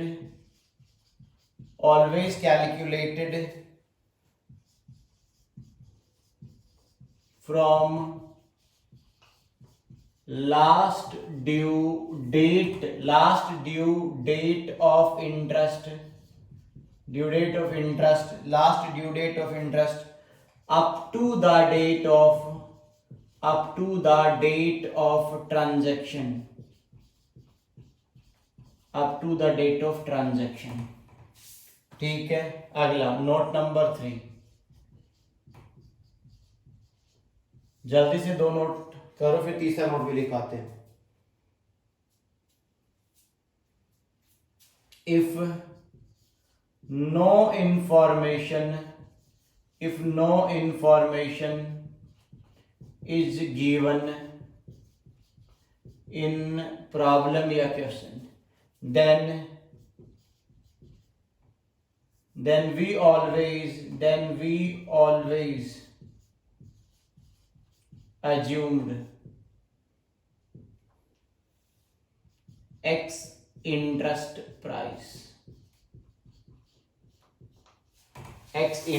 price। अब इन तीनों पॉइंट का मीनिंग आपको क्लियर करवा देते हैं बच्चों। सबसे पहले इंटरेस्ट हमेशा किस पे निकाला जाएगा, फेस वैल्यू पे। मतलब ऐसा है, ध्यान से सुनना, आपने एक इन्वेस्टमेंट खरीदा जिसकी फेस वैल्यू है 100 रुपए, बट खरीदा आपने उसे 105 रुपए में।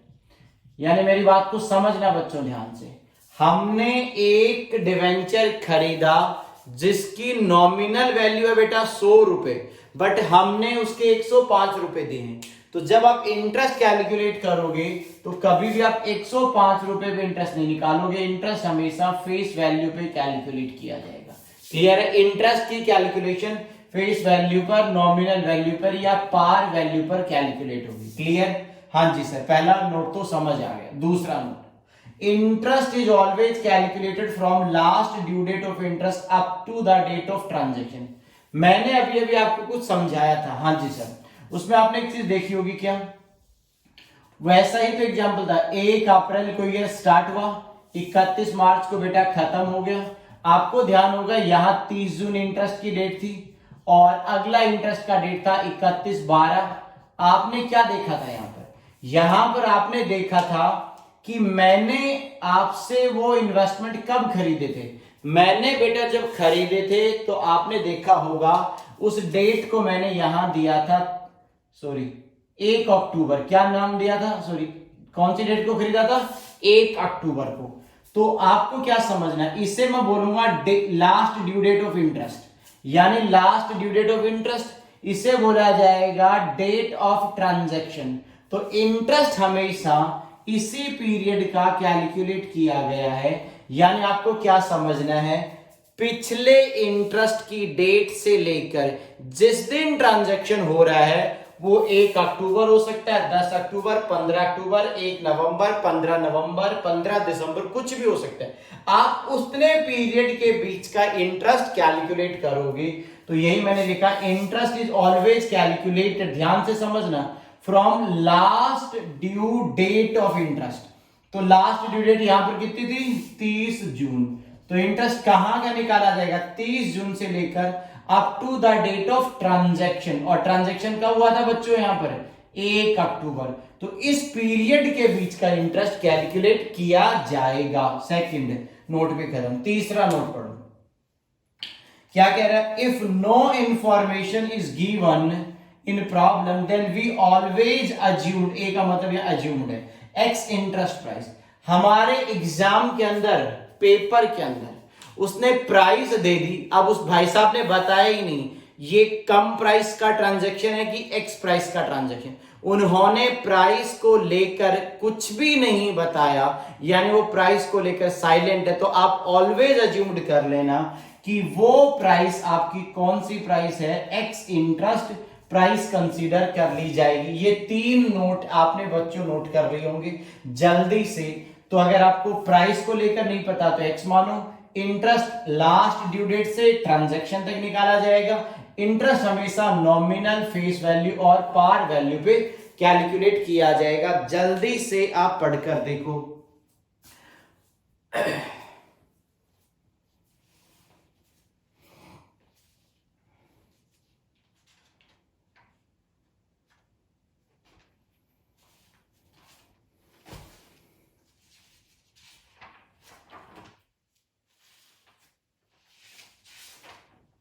हो गया बेटा यहां तक, हाँ जी सर।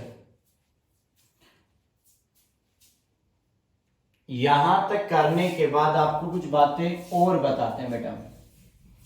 अब जो मैं बताऊंगा उससे आपको एक तो ये पता चलेगा, जब भी हम इन्वेस्टमेंट खरीदते हैं तो इन्वेस्टमेंट खरीदेंगे तो कॉस्ट किसे बोला जाएगा, दूसरा इन्वेस्टमेंट बेचेंगे तो किसे हम सेल प्रोसीड मानेंगे, और तीसरा इन्वेस्टमेंट को बेचने से हमें फायदा कितना हुआ, नुकसान कितना हुआ, वो सारी बातें अभी आपको मैं समझाने वाला हूं।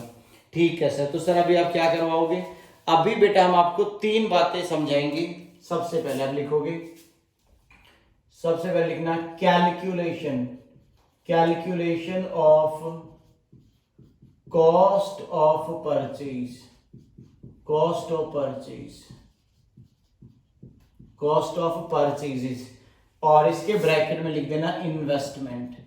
इसका मतलब है जब भी आप इन्वेस्टमेंट खरीद के लाओगे, तो आप इन्वेस्टमेंट खरीद के ले आए तो आप उसकी कॉस्ट कैसे आइडेंटिफाई करोगे या कॉस्ट कैसे कैलकुलेट करोगे। यानी मैं फिर से बोल रहा हूं, मैंने अगर आप कोई बॉन्ड्स, कोई डिवेंचर्स खरीदे हैं तो मेरे लिए कॉस्ट क्या मानी जाएगी, मैं आपको वो पढ़ा रहा हूं यहाँ पे। ठीक है, ये बेटा आपके बहुत काम आएगा, हर प्रॉब्लम में ये काम आने वाला है। तो एक बार ये बेसिक बातें हम खत्म कर लेते हैं। चलो सीधा ही नोट कर देता हूं यहां पे। सबसे पहले काम करते हैं, नोटिंग कर लेते हैं। सबसे पहले यहां पर आएगा परचेज प्राइस, आपने उसे किस प्राइस पे खरीदा। ये परचेज प्राइस कम इंटरेस्ट, एक्स इंटरेस्ट, कुछ भी हो सकती है, जो भी परचेज प्राइस है वो आप ले लेना, कम एक्स जो भी है। उसके ऊपर बेटा अगर आपने खरीदते वक्त कोई ब्रोकरेज पे किए, क्या पे किया है, कोई भी ब्रोकरेज पे की है, तो वो ब्रोकरेज आपकी कॉस्ट को इंक्रीज करवा देगा, वो यहां पर आपको प्लस करना है। कोई भी आपने अगर कोई भी किसी भी तरीके की कोई फी वगैरह पे की है तो वो भी बेटा यहां पर आपको प्लस करना पड़ेगा। ब्रोकरेज हो गया, आपकी फी होगी, प्लस आपकी कोई स्टैंप ड्यूटी है, कोई स्टैंप ड्यूटीज वगैरह आपने पे की हैं, तो ये आपको यहां पे प्लस करना पड़ेगा, ये आ जाएगा टोटल। अभी खत्म नहीं हुआ, हाँ, इसमें से बेटा आपको माइनस करना पड़ेगा, minus accrued interest.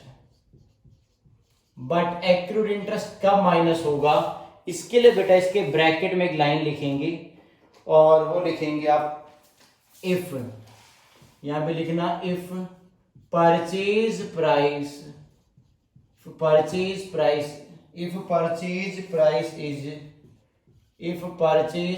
Is come interest price. इसका मतलब समझाऊंगा, अभी पहले आप इसे नोट कर लो जल्दी से। ये आ जाएगी आपकी कॉस्ट ऑफ परचेजेज, यानी खरीदने की कॉस्ट क्या है आपकी, जल्दी से नोट करो।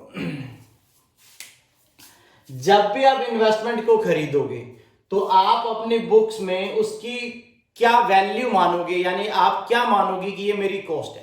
तो इन्होंने क्या कहा, सबसे पहले जब आपने खरीदा होगा तो ऑनर को कुछ पेमेंट किया होगा, उसे आप परचेज प्राइस कहते हैं, जितना भी पेमेंट किया वो ले लो। अच्छा, जब हम खरीदते हैं तो हो सकता है हम किसी ब्रोकर की मदद से खरीदे हो, तो अगर हम किसी ब्रोकर की हेल्प से खरीदते हैं तो बेटा एक बात बताओ, हम जो पेमेंट पिछले ऑनर को करके आए थे उसे कहते हैं परचेज प्राइस। अच्छा, जिस ब्रोकर की मदद से हमने खरीदा बेटा, वो ब्रोकर हमसे कुछ कमीशन चार्ज करेगा, उसको मैंने यहां नाम दे दिया ब्रोकरेज। तो मैंने पिछले ऑनर को तो पेमेंट किया सो किया, मुझे उस ब्रोकर को भी पेमेंट करना, तो ब्रोकरेज मेरी पॉकेट से जाएगी, सो मेरी कॉस्ट को इंक्रीज करवा देगी, तो ब्रोकरेज यहां पर प्लस हो जाएगी बेटा। तो ब्रोकरेज पे कर रहा हूं सो प्लस हो जाएगी।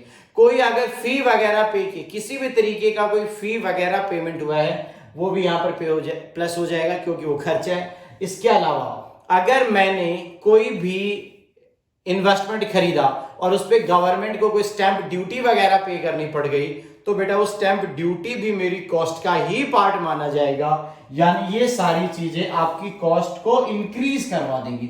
ये आ जाएगा टोटल।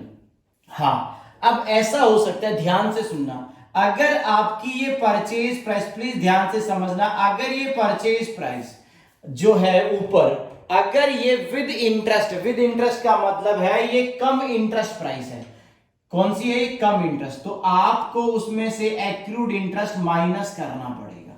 मतलब आप ऐसे समझ लो, अगर ये 103 रुपए है और ये 103 रुपए एक बार के लिए मान लो कम इंटरेस्ट है, तो आपको टोटल के बाद से एक्रूड इंटरेस्ट, जितना भी पिछले ऑनर को आपने इंटरेस्ट दिया है एक्रूड, वो यहां से माइनस करो और उसके बाद जो वैल्यू बचेगी वो कहलाएगा आपका कॉस्ट ऑफ इन्वेस्टमेंट। तो ध्यान से समझना, एक्रूड इंटरेस्ट माइनस होगा कि नहीं होगा, ये डिपेंड करेगा कि आपकी जो यहां पर परचेज प्राइस है वो कम इंटरेस्ट है कि एक्स इंटरेस्ट। अगर कम इंटरेस्ट है तो आपको माइनस करना, अगर वो एक्स इंटरेस्ट है तो आपको कुछ भी करने की जरूरत नहीं है। तो ये आपका पहला पार्ट खत्म हो गया, क्लियर है? हाँ जी सर। तो इसे कहते हैं calculation of cost of purchases. अगला, इधर आप एक और पॉइंट नोट कर लो, कैलकुलेशन ऑफ सेल प्राइस। जब आप इन्वेस्टमेंट बेचोगे तो बेटा सेल प्राइस किसे कहेंगे हम? तो सबसे पहले यहां पर आएगा आपका, जो आपको लेना है, सबसे पहले यहां पर लेना है सेल वैल्यू। आपने उसे कितने रुपए में बेचा, सेल वैल्यू कह दो या सेल प्राइस कह दो, वो ले लो। अब आपने बेचा होगा तो हो सकता है किसी ब्रोकर की मदद से बेचा हो, तो बेटा परचेज में ब्रोकरेज प्लस होती है तो सेल में माइनस होगी, क्योंकि ब्रोकरेज यहां पे आपकी पॉकेट से जाएगी, तो सेल के वक्त ब्रोकरेज माइनस हो जाएगी। कोई और भी खर्चा वगैरह, मतलब कोई ड्यूटीज वगैरह पे की तो माइनस हो जाएगा। इसमें से माइनस हो जाएगा क्या, एक्रूड इंटरेस्ट। और ये किसके बेसिस पे माइनस होगा, वही सेम बेस। अगर वो पहले से इंक्लूडेड है तो ACCRUD एक्रूड इंटरेस्ट। अगर एक्रूड इंटरेस्ट है तो आप समझ गए होंगे, उसे माइनस करना है, तो ये कहलाएगा नेट सेल प्राइस। बोलो हाँ या ना, एकदम सर। और आपको मालूम है if price is come price, तो क्या समझ में आया? जब हम खरीदते हैं तो ब्रोकरेज हमारी वैल्यू को बढ़ाता है, यानी हमारी लागत को बढ़ाता है, तो ब्रोकरेज फी स्टैंप ड्यूटी सब प्लस होंगी। बट अगर हम सेल करते हैं तो ब्रोकरेज वगैरह फी वगैरह सब हमारी यहां से माइनस होंगे, यानी हमारे यहां से उसे लेस कर दिया जाएगा। हाँ, एक्रूड इंटरेस्ट या माइनस होगा, ये डिपेंड करेगा आपकी ये वैल्यू कौन सी है उसके बेसिस पे। क्लियर है यहां तक?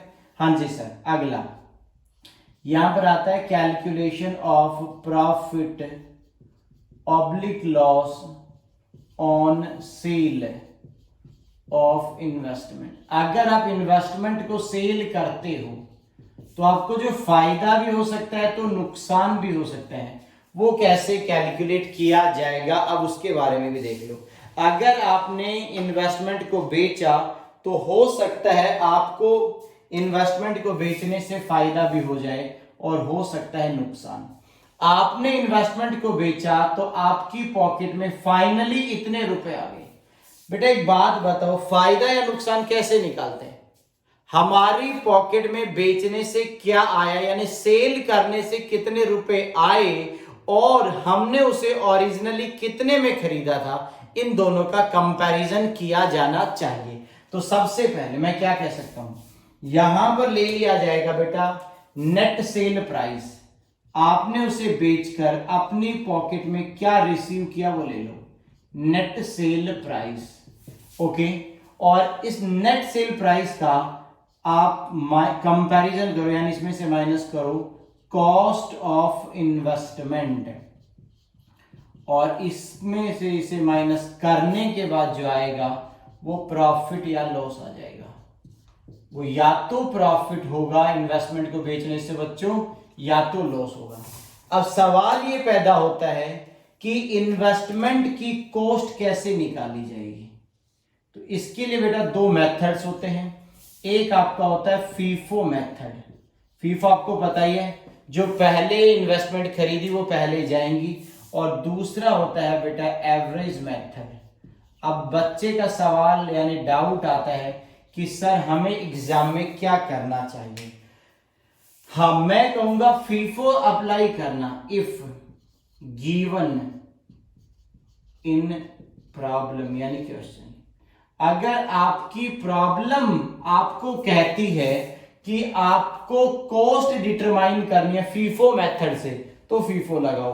अदरवाइज ऑलवेज आपको क्या लगाना पड़ेगा, हमेशा एवरेज मेथड लगाना पड़ेगा आपको, हमेशा हमेशा। तो इसे हम कह सकते हैं नोट गिवन। तो सर दोबारा समझा दो एक बार, अभी समझ लो बेटा। देखो तीन चीजें समझनी थी। खरीद कर लाते हैं तो कॉस्ट क्या है, बेचते हैं तो सेल प्राइस क्या है। खरीदेंगे तो बेटा ब्रोकरेज कमीशन फी जो भी जा रहा है वो सब प्लस कर दिया जाएगा। हाँ, अगर आप बेचोगे तो सेल प्राइस में से ब्रोकरेज माइनस होगी। एक्रूड इंटरेस्ट तभी माइनस करना जब सेल प्राइस के अंदर ऑलरेडी इंटरेस्ट का कंपोनेंट इंक्लूडेड है।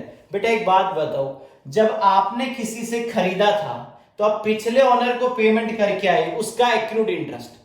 अब ऐसा भी तो हो सकता है, अगर मैं 1 अक्टूबर को अपनी इन्वेस्टमेंट बेचता हूं तो बेटा मैं जिसको भी सेल करूंगा उससे क्या चाहूंगा, उसे बोलूंगा कि 30 जून तक का इंटरेस्ट मुझे कंपनी ने दे दिया, उसका जुलाई अगस्त सितंबर का तुम दे दो भैया 1 अक्टूबर के दिन तक का।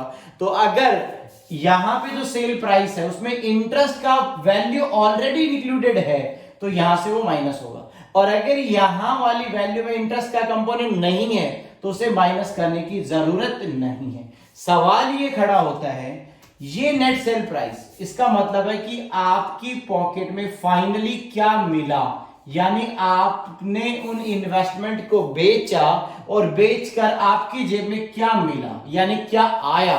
तो मैं कह सकता हूं अगर मुझे प्रॉफिट या लॉस जानना है इन्वेस्टमेंट को सेल करने से तो कैसे जाना जाएगा।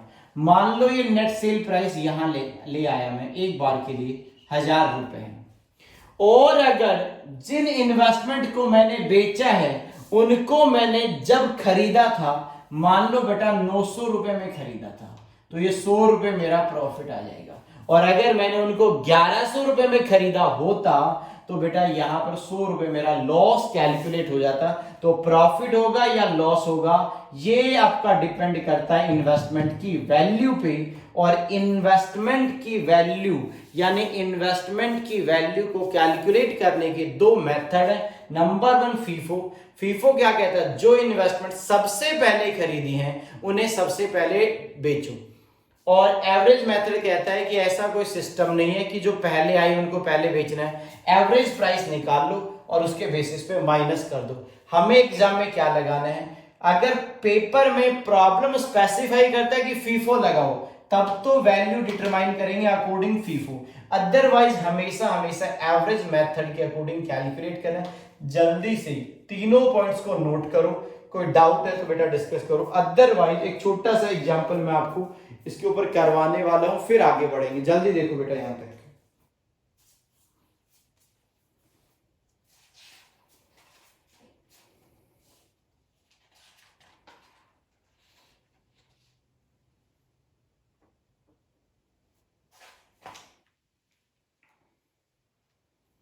कर लिया क्या? हाँ जी सर। अभी मैं इन सारी बातों को यहां से हटा देता हूं, एक एग्जाम्पल के साथ बेटा कुछ बातें मैं आपको समझाने की कोशिश करता हूं, अब टेंशन मत लो। तो सर अभी बेटा अभी फिक्स्ड इनकम बियरिंग में पेपर में प्रॉब्लम कैसे आएगी वहां तक नहीं पहुंचे हैं। अभी हम आपको बेसिक बातें समझाते समझाते आगे बढ़ा रहे हैं, और जैसे एक बार ये बेसिक बातें खत्म हो जाएंगी तो हम आपको कुछ पेपर से रिलेटेड बातें भी समझाएंगे। ठीक है सर। अब सर क्या आप हमें एग्जांपल करवाने वाले हो? बिल्कुल बेटा, तो लिखना, लिखो। यहां पर आपको लिखना है नंबर ऑफ डिवेंचर्स परचेज्ड। हमने डिवेंचर्स खरीदे, ये नंबर्स हैं यानी क्वांटिटी की बात कर रहे हैं। आगे परचेज प्राइस, आपने उसे किस रेट पे खरीदा, तो ये आ जाएगा 300 रुपए की रेट पे खरीदा। आगे आगे कहता है ब्रोकरेज। ब्रोकरेज जो है यहां पे ब्रोकरेज है बच्चों 2%। और लास्ट में लिखो कैलकुलेट कॉस्ट ऑफ इन्वेस्टमेंट।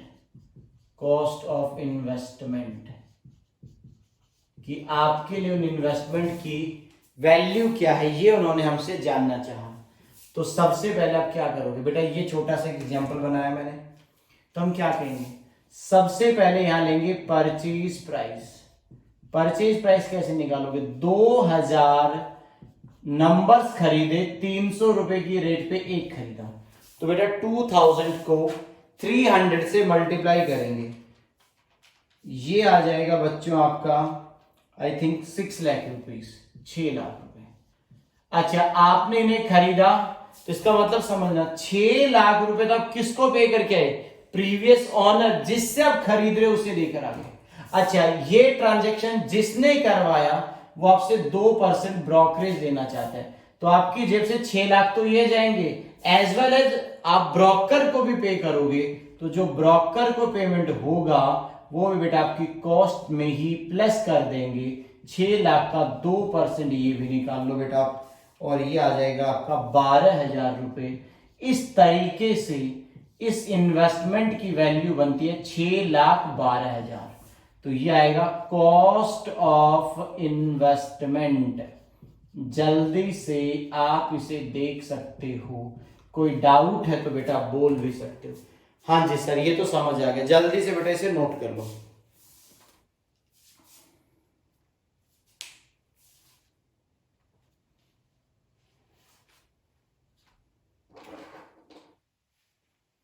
उसके बाद में मैं आपको नेक्स्ट एग्जाम्पल नोट करवाता हूं, बट मैं चाहूंगा एक बार आप यहां तक की बातें नोट करो।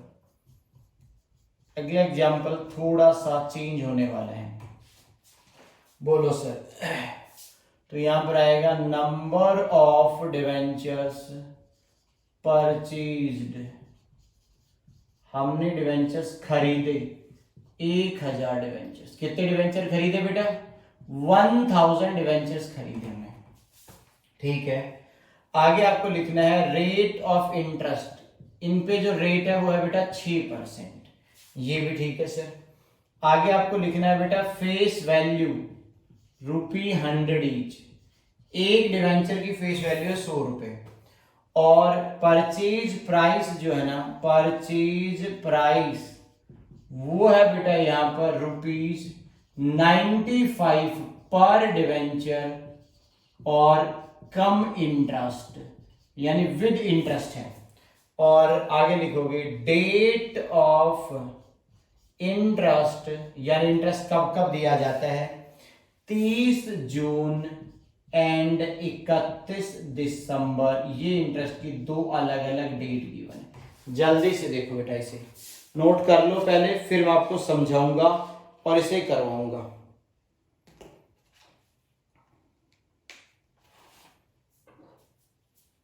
जी सर, हमने नोट कर लिया, नोट कर लिया, हाँ जी।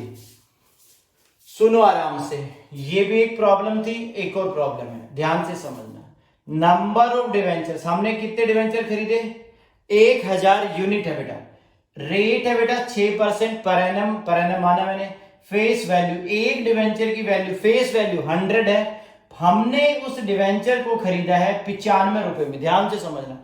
वैसे डिवेंचर की फेस वैल्यू कितनी है 100, बट हमें वो कितने में मिला है बच्चों, 95 रुपीज में, यानी पर डिवेंचर 95 में मिला, और वो वैल्यू जो है 95 रुपीज, ये बेटा कम इंटरेस्ट है। कम इंटरेस्ट बोले तो इसका मतलब 95 रुपीज जो हमने दिए हैं उसमें हमने प्रीवियस ऑनर को उसका एक्रूड इंटरेस्ट भी दे दिया, यानी हमने एक्रूड इंटरेस्ट का पेमेंट भी कर रखा है, और डेट ऑफ इंटरेस्ट है 30 जून और 31 दिसंबर।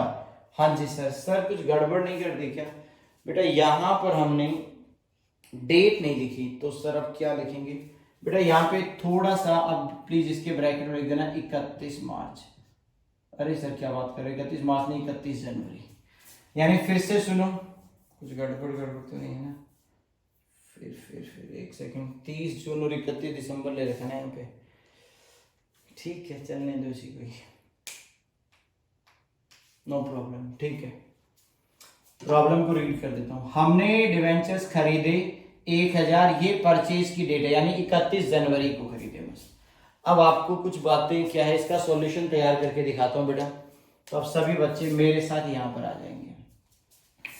पहले एक बात बताओ, आपने पिछले ऑनर से कितने डिवेंचर्स खरीदे, 1000, एक डिवेंचर बच्चों को कितने में मिला, 95 में, तो हम यहां पर पता है क्या बोलेंगे, हम बोलेंगे परचेज प्राइस, परचेज प्राइस, हम क्या कहेंगे, 1000 डिवेंचर्स खरीदे और एक डिवेंचर 95 रुपीज में खरीदा। पहले ही बताओ, 1000 डिवेंचर 95 के अकॉर्डिंग हमने उसे कितना पेमेंट किया होगा, 95,000 रुपए पे किया होगा। बट एक बात बताओ ईमानदारी से, ये 95 के अंदर इंटरेस्ट है या नहीं है, इसका मतलब समझ गया, कम इंटरेस्ट वाली प्रॉब्लम है, ठीक है सर। अब अगला पॉइंट बताना मेरे को जल्दी से, ये हो गया 95,000। अब एक बात बताओ, इस प्रॉब्लम में कोई ब्रोकरेज के बारे में तो था ही नहीं, तो ब्रोकरेज के बारे में नहीं, इसलिए मैंने उसे 0 ले लिया है यहाँ पे। बट एक बात का जवाब चाहिए, इस प्राइस के अंदर इंटरेस्ट इंक्लूडेड है या नहीं है, बिल्कुल है सर, तो बेटा यहां से माइनस होगा एक्रूड इंटरेस्ट, एक्रूड इंटरेस्ट। आप एक बात समझना, ये कंपनी साल में इंटरेस्ट कब कब देती है, एक इंटरेस्ट दिया जाता है 30 जून को और सेकंड इंटरेस्ट देती है 31 दिसंबर को। आप ये बताओ, हमने डिवेंचर्स कब खरीदे, 31 जनवरी को, तो 31 जनवरी को जब हमने डिवेंचर्स खरीदे, उससे जस्ट पहले, उससे कितने दिन पहले कंपनी ने लास्ट इंटरेस्ट पे किया था, तो आप कह सकते हो पिछले साल के 31 दिसंबर को कंपनी ने लास्ट इंटरेस्ट दे दिया, यानी 31 दिसंबर तक का इंटरेस्ट पे किया जा चुका है। तो बताओ कितने पीरियड का इंटरेस्ट अभी भी बकाया है, 1 महीने का। कैसे, यहां से देखो बेटा, मैं क्या कह सकता हूं, इंटरेस्ट 31 दिसंबर तक दिया जा चुका होगा, तो हम कह सकते हैं 31/12 से लेकर 31 जनवरी यानी डेट ऑफ परचेज। तो इंटरेस्ट कैसे निकाला जाता है? Last due date of interest जो 31 दिसंबर है up to the date of transaction जो 31 जनवरी है, तो हम क्या कहेंगे? इंटरेस्ट हमेशा, आपको याद है मैंने नोट लिखवाए थे, इंटरेस्ट ऑलवेज फेस वैल्यू पे निकाला जाता है। तो हम क्या कहेंगे? 1000 डिवेंचर्स, एक डिवेंचर की फेस वैल्यू है 100 रुपए, तो सभी डिवेंचर की फेस वैल्यू आ जाएगी, ये फेस वैल्यू होगी। बोलो हाँ या ना? तो 1000 डिवेंचर की फेस वैल्यू है, इस पे बेटा आपको कैलकुलेट करना है 6% और कितने महीने के लिए? 1 महीने के लिए।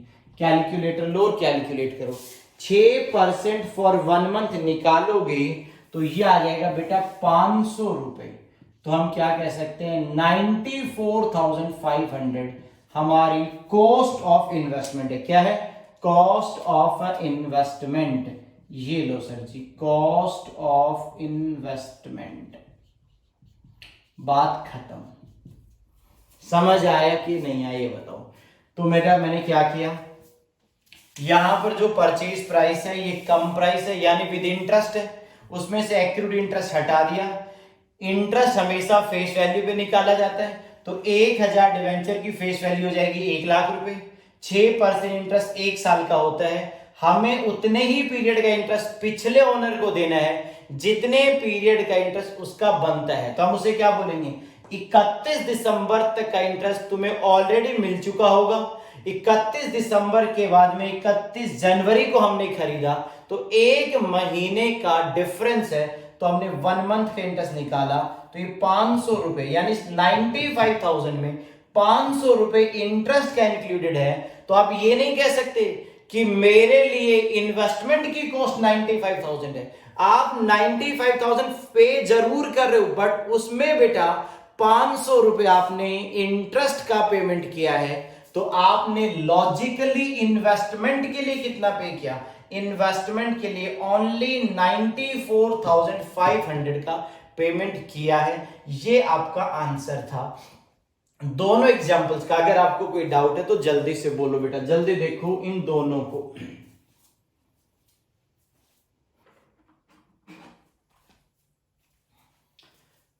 हाँ जी बेटा, तो अभी हमने 2 छोटे छोटे एग्जांपल्स डील किए हैं। यहां पर भी बेटा मैंने आपको कॉस्ट ऑफ इन्वेस्टमेंट कैलकुलेट करनी समझाई है। यहां पर बेटा जब कम इंटरेस्ट प्राइस गिवन हो तब कॉस्ट ऑफ इन्वेस्टमेंट कैसे कैलकुलेट करेंगे, दोनों एग्जांपल में मैंने वही बात आपको क्लियर की। अब मैं आपको एक और एग्जांपल करवाना चाहता हूं, और अब जो डील करेंगे बेटा उसको आप ध्यान से देखना। जी सर, अब क्या करने वाले हैं बेटा? अभी एक और एग्जांपल डील करेंगे जिसमें आपको कुछ और बातें क्लियर होंगी। हाँ जी बच्चों, तो हमने कम इंटरेस्ट प्राइस और एक्स इंटरेस्ट प्राइस के बारे में पढ़ लिया है। उसको पढ़ने के बाद अब मैं चाहूंगा आपके साथ में एक एग्जांपल डील करना, और यहां से बच्चों मैं आपको क्या पढ़ाऊंगा वो समझ लो। बेटा मैं आपको, अगर हम इन्वेस्टमेंट खरीदते हैं तो कॉस्ट ऑफ परचेज कैसे निकालेंगे, अगर हम सेल करते हैं तो कॉस्ट ऑफ सेल कैसे निकालेंगे, और अगर हमने उसे बेचा तो प्रॉफिट कैसे होगा। मैंने आपको 3 स्टेटमेंट लिखवाए होंगे। परचेज प्राइस की कैलकुलेशन कैसे होती है, सेल प्राइस की कैलकुलेशन कैसे होती है, और प्रॉफिट या लॉस कैसे कैलकुलेट किया जाता है। उसी के बेस पे हम आपको एक एग्जांपल डील करवाना चाहते हैं। बेटा ऐसे करने से क्या होगा, आपको कुछ बातों के बारे में पता चल जाएगा। जब बड़ी प्रॉब्लम्स करेंगे तो आपको दिक्कत नहीं आएगी। सभी बच्चे लिखेंगे, बोलो सर। लिखना बेटा एग्जांपल में रेट ऑफ इंटरेस्ट, और लिख दो 12%, 12% रेट ऑफ इंटरेस्ट है। ठीक है सर। अगला लिखेंगे face value, face value per unit, यानी एक यूनिट की फेस वैल्यू कितनी है? 100 रुपए बेटा फेस वैल्यू है। और number of debentures, number of debentures purchased, हमने इन्वेस्टमेंट में डिवेंचर्स खरीदे, ये इन्वेस्टमेंट है बेटा आपकी 5000 शेयर्स, सॉरी डिवेंचर्स और परचेज करने की डेट है 1 दिसंबर। 1 दिसंबर को हम परचेज करके लाए। कब लाए बच्चों? 1 दिसंबर परचेज करने की डेट है। उसके बाद में लिखेंगे ब्रोकरेज। ब्रोकरेज ब्रोकरेज यहां पे जाएगी आपकी 1% ऑन कम इंटरेस्ट प्राइस। कौन सी प्राइस पे बच्चों? कम इंटरेस्ट प्राइस पे। ठीक है सर। अगली लाइन में लिखेंगे परचेज प्राइस। परचेज प्राइस जो कि है आपकी 101 रुपी 101, यानी 101 रुपए में हमने खरीदा और ये प्राइस आपकी कम इंटरेस्ट प्राइस है, यानी 101 रुपए में इंटरेस्ट ऑलरेडी इंक्लूडेड है। अगली लाइन में लिखेंगे due dates for interest. Due dates for interest, interest कब कब दिया जाता है? तो आप लिखेंगे 30 सितंबर एंड 31 मार्च। कंपनी एक साल में 2 बार इंटरेस्ट पे करती है। ठीक है सर। आगे यहां पे लिखना date of sale. Date of sale, और यहां लिख दो बेटा 1 मार्च, हमने बेच दिया 1 मार्च को। नंबर ऑफ डिवेंचर्स सभी, यानी सभी का मतलब पूरे 5000 debentures at the rate 106 come interest price पे हमने उनको सेल कर दिया। और आगे क्या कह रहे हैं? सेल के वक्त ब्रोकरेज देनी पड़ेगी। Brokerage 1% on come interest price. ये बेटा एक आपका मैंने एग्जाम्पल नोट करवाया है। सभी बच्चे यहां पे ध्यान देंगे क्या करना चाहिए हमें। बेटा एक सिंपल सा एग्जाम्पल बनाया मैंने। रेट है 12%, फेस वैल्यू 100 रुपए। हमने बेटा परचेज किए 5000 डिवेंचर्स। नंबर ऑफ डिवेंचर्स खरीदे हैं बेटा 5000। 1 दिसंबर को हमने उनको परचेज किया है, डेट ऑफ परचेज है। ब्रोकरेज क्या है? 1% ऑन कम इंटरेस्ट प्राइस। हमने जब इन्हें खरीदा तो हमें ब्रोकर को ब्रोकरेज देनी पड़ रही है 1%, और परचेज प्राइस जो है एक डिवेंचर के लिए हमने 101 रुपए देकर आए, 101, और वो भी कम इंटरेस्ट, यानी 101 रुपए में 2 कंपोनेंट है। एक इन्वेस्टमेंट की कॉस्ट का पार्ट है, दूसरा इन्वेस्टमेंट पे प्रीवियस ओनर का जो भी बच्चों एक्रूड इंटरेस्ट बनता था वो भी इसी के अंदर हमने उसे पे कर दिया। फिर ड्यू डेट बता दी, 30 सितंबर को एक इंटरेस्ट मिलता है और 6 महीने बाद 31 मार्च को कंपनी दोबारा इंटरेस्ट पे करती है। एक साल में 2 बार इंटरेस्ट की बातें होती है, सेकंड इंटरेस्ट। आगे डेट ऑफ सेल, हमने 1 मार्च को हमने डिवेंचर्स को बेच दिया, यानी यहां पर जो डिवेंचर्स खरीदे थे बच्चों, इन्हीं डिवेंचर्स को बाद में बेटा कंपनी ने सेल कर दिया मार्च में, 1 मार्च को। पूरे 5000 डिवेंचर बेचे और रेट जो है 106 रुपए में हमने इनको सेल किया, बरोबर? हाँ जी सर, कुछ गड़बड़ तो नहीं है ना बेटा? और कम इंटरेस्ट प्राइस पे हमने सेल किया, और ब्रोकर को 1% हमें ब्रोकरेज पे करनी है। जल्दी से इस प्रॉब्लम को, इस एग्जांपल को आप नोट करो और फिर मैं आपको करके दिखाता हूं बेटा। यहां पे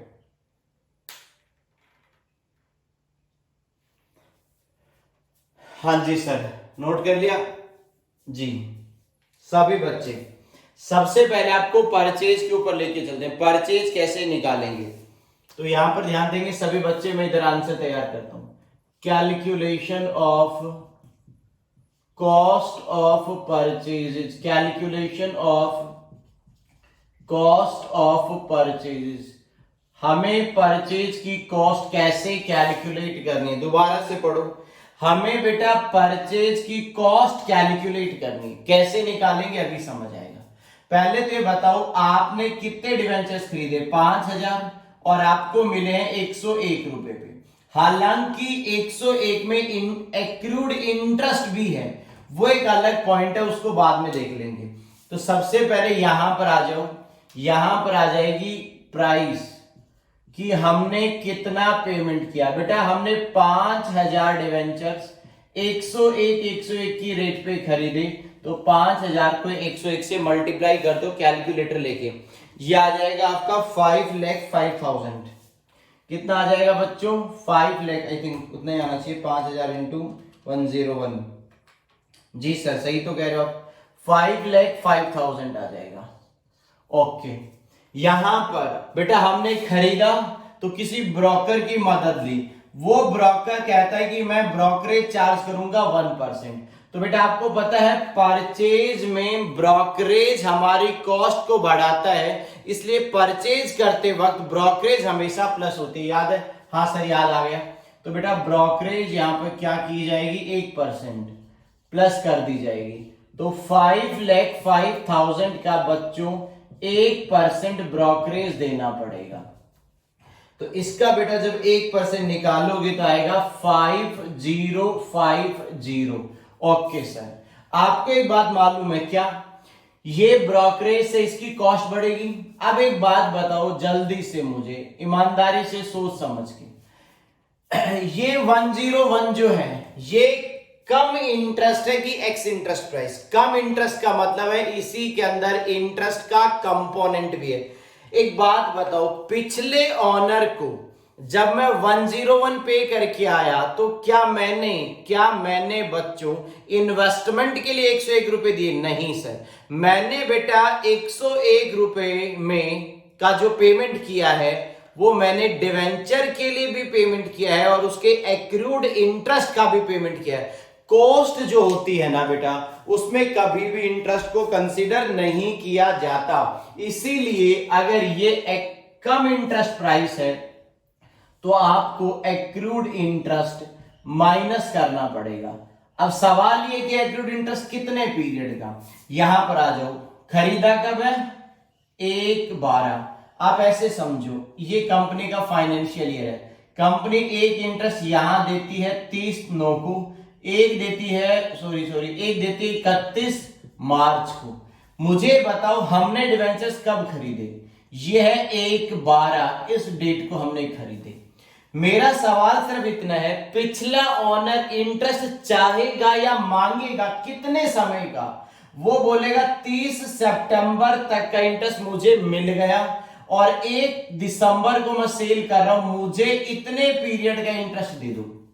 तो बेटा कितना पीरियड है? सितंबर के बाद एक अक्टूबर गया होगा, एक नवंबर, 2 महीने का इंटरेस्ट।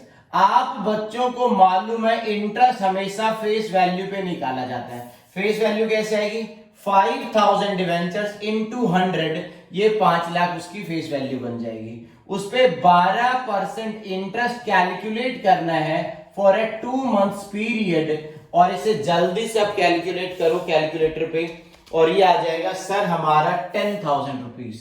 और इस वजह से ये 10,000 मैं कह सकता हूं, ये 10,000 इसके अंदर ऑलरेडी इंक्लूडेड है। तो जब हम कॉस्ट किसी को भी बताएंगे उसमें 10,000 इंक्लूड नहीं होने चाहिए। ये कॉस्ट नहीं है बेटा, ये आपने इंटरेस्ट का पेमेंट किया है, आज आप पे करते हो, कुछ समय बाद इस पैसे की रिकवरी फिर किससे हो जाएगी?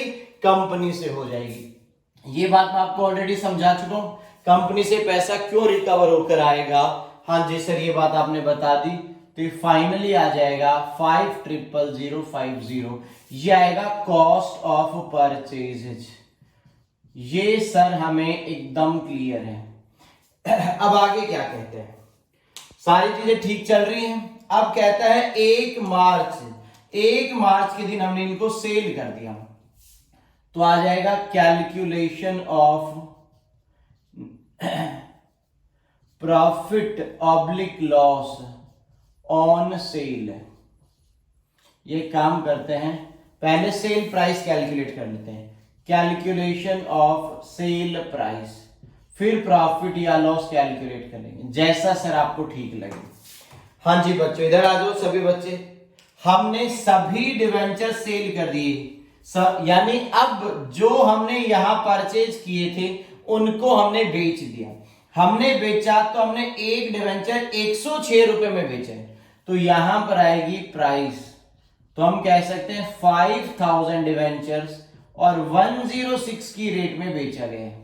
बट अगेन 106, मैं एक बात बताऊं आपको, सुनो बेटा, जब मैं अपने 5000 डिवेंचर किसी को बेचूंगा, उस डेट का मतलब वो डेट है 1 मार्च। तो जब मैं किसी को सेल करूंगा तो मैं क्या बोलूंगा खरीदने वाले को कि देखो भाई साहब, मेरे डिवेंचर्स पे 5 महीने का इंटरेस्ट ड्यू हो गया। वो कहेगा कैसे? मैं बोलूंगा 30 सितंबर तक का हिसाब क्लियर है। 30 सितंबर के बाद अक्टूबर, नवंबर, दिसंबर, जनवरी, फरवरी, 5 महीने, क्योंकि 1 मार्च है। यानी मैं कह रहा हूं खरीदने वाले को कि देखो, अगर मैं इन डिवेंचर्स को नहीं बेचता तो 31 मार्च यानी आफ्टर 1 मंथ, 1 महीने बाद मुझे कंपनी से इंटरेस्ट मिलता फॉर 6 मंथ पीरियड। मुझे 6 महीने का इंटरेस्ट मिलने वाला था। बट अगर मैं डिवेंचर्स बेच दूंगा तो मेरे 6 महीने का इंटरेस्ट रुक जाएगा, तो आप वो मुझे पे कर दो। तो बेटा 106 में वो इंटरेस्ट इंक्लूडेड है। बट जिसकी हमने किसी ब्रोकर की मदद से सेल किया, तो आपको मालूम है ब्रोकरेज यहां पे माइनस होगी। पहले 5000 को 103 से 106 से मल्टीप्लाई करो,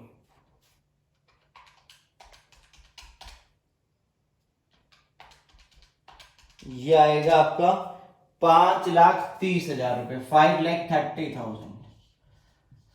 ओके सर, इसमें से बेटा आपको माइनस करनी पड़ेगी, क्योंकि खरीदते वक्त ब्रोकरेज प्लस होती है बट बेचते वक्त ब्रोकरेज हमेशा हमेशा माइनस होती है। तो 5,30,000 का 1% निकालोगे 5300 आ जाएगा, 5,300 रुपए। और इसी के साथ इसमें से माइनस हो जाएगा एक्रूड इंटरेस्ट। हमने इंटरेस्ट भी ले रखा है, वो भी इसी के अंदर इंक्लूडेड है फॉर 5 मंथ्स, 5 महीने का। आप समझदार हो, कैसे कैलकुलेट किया समझ गए होंगे। बताया ना बेटा, सितंबर के बाद 1 मार्च तक 5 महीने होते हैं। 5 लाख पे 12% फॉर 5 मंथ्स, 5 महीने के लिए अगर आप निकालोगे बेटा इसे, तो ये आएगा आपका 25,000। और ये बेटा माइनस कर दो, इसे बोलेंगे नेट सेल प्राइस। ये आएगा 4,99,700 4,99,700। इसे मैं बोलूंगा नेट सेल प्राइस, यानी मुझे नेट कितने रुपए मिले। ध्यान से समझना बेटा, मुझे इन इन्वेस्टमेंट को सेल करने से जो नेट अमाउंट रियलाइज हुई वो है 4,99,700। इतने रुपए मुझे इनको बेचने से मिले। अब एक बात बताओ, मैंने इन्हीं इन्वेस्टमेंट को खरीदा कितने में था? 5,50,000 रुपए में। यानी समझना, खरीदा था इतने में, बेचा इतने में। तो बताओ प्रॉफिट है या लॉस? लास्ट में निकालेंगे calculation of loss on sale. साफ साफ दिख रहा है, बेचने से नुकसान हुआ। तो हम क्या कहेंगे? नेट सेल प्राइस, हमने उसे बेचा तो नेट अमाउंट कितनी आई? 4,99,700 माइनस कॉस्ट ऑफ इन्वेस्टमेंट। और हमने उनको खरीदा कितने में था? 5,000,50। ये आ जाएगा आपका, अगर आप माइनस करोगे दोनों को तो आएगा 350 रुपए। ये आपका लॉस ऑन सेल है। Loss on sale of investment. ये बच्चों इन्वेस्टमेंट को बेचने से नुकसान हुआ। तो इस एग्जांपल से मैंने आपको 3 बातें बताई। परचेज प्राइस की कैलकुलेशन कैसे होगी, सेल प्राइस कैसे निकाला जाएगा, और फायदा और नुकसान जानना हो तो कैसे कैलकुलेट होगा। हम उम्मीद करते हैं ये आपको आराम से समझ आ गया होगा, कहीं कोई डाउट नहीं होगा। आप इसका सॉल्यूशन जल्दी से नोट करो।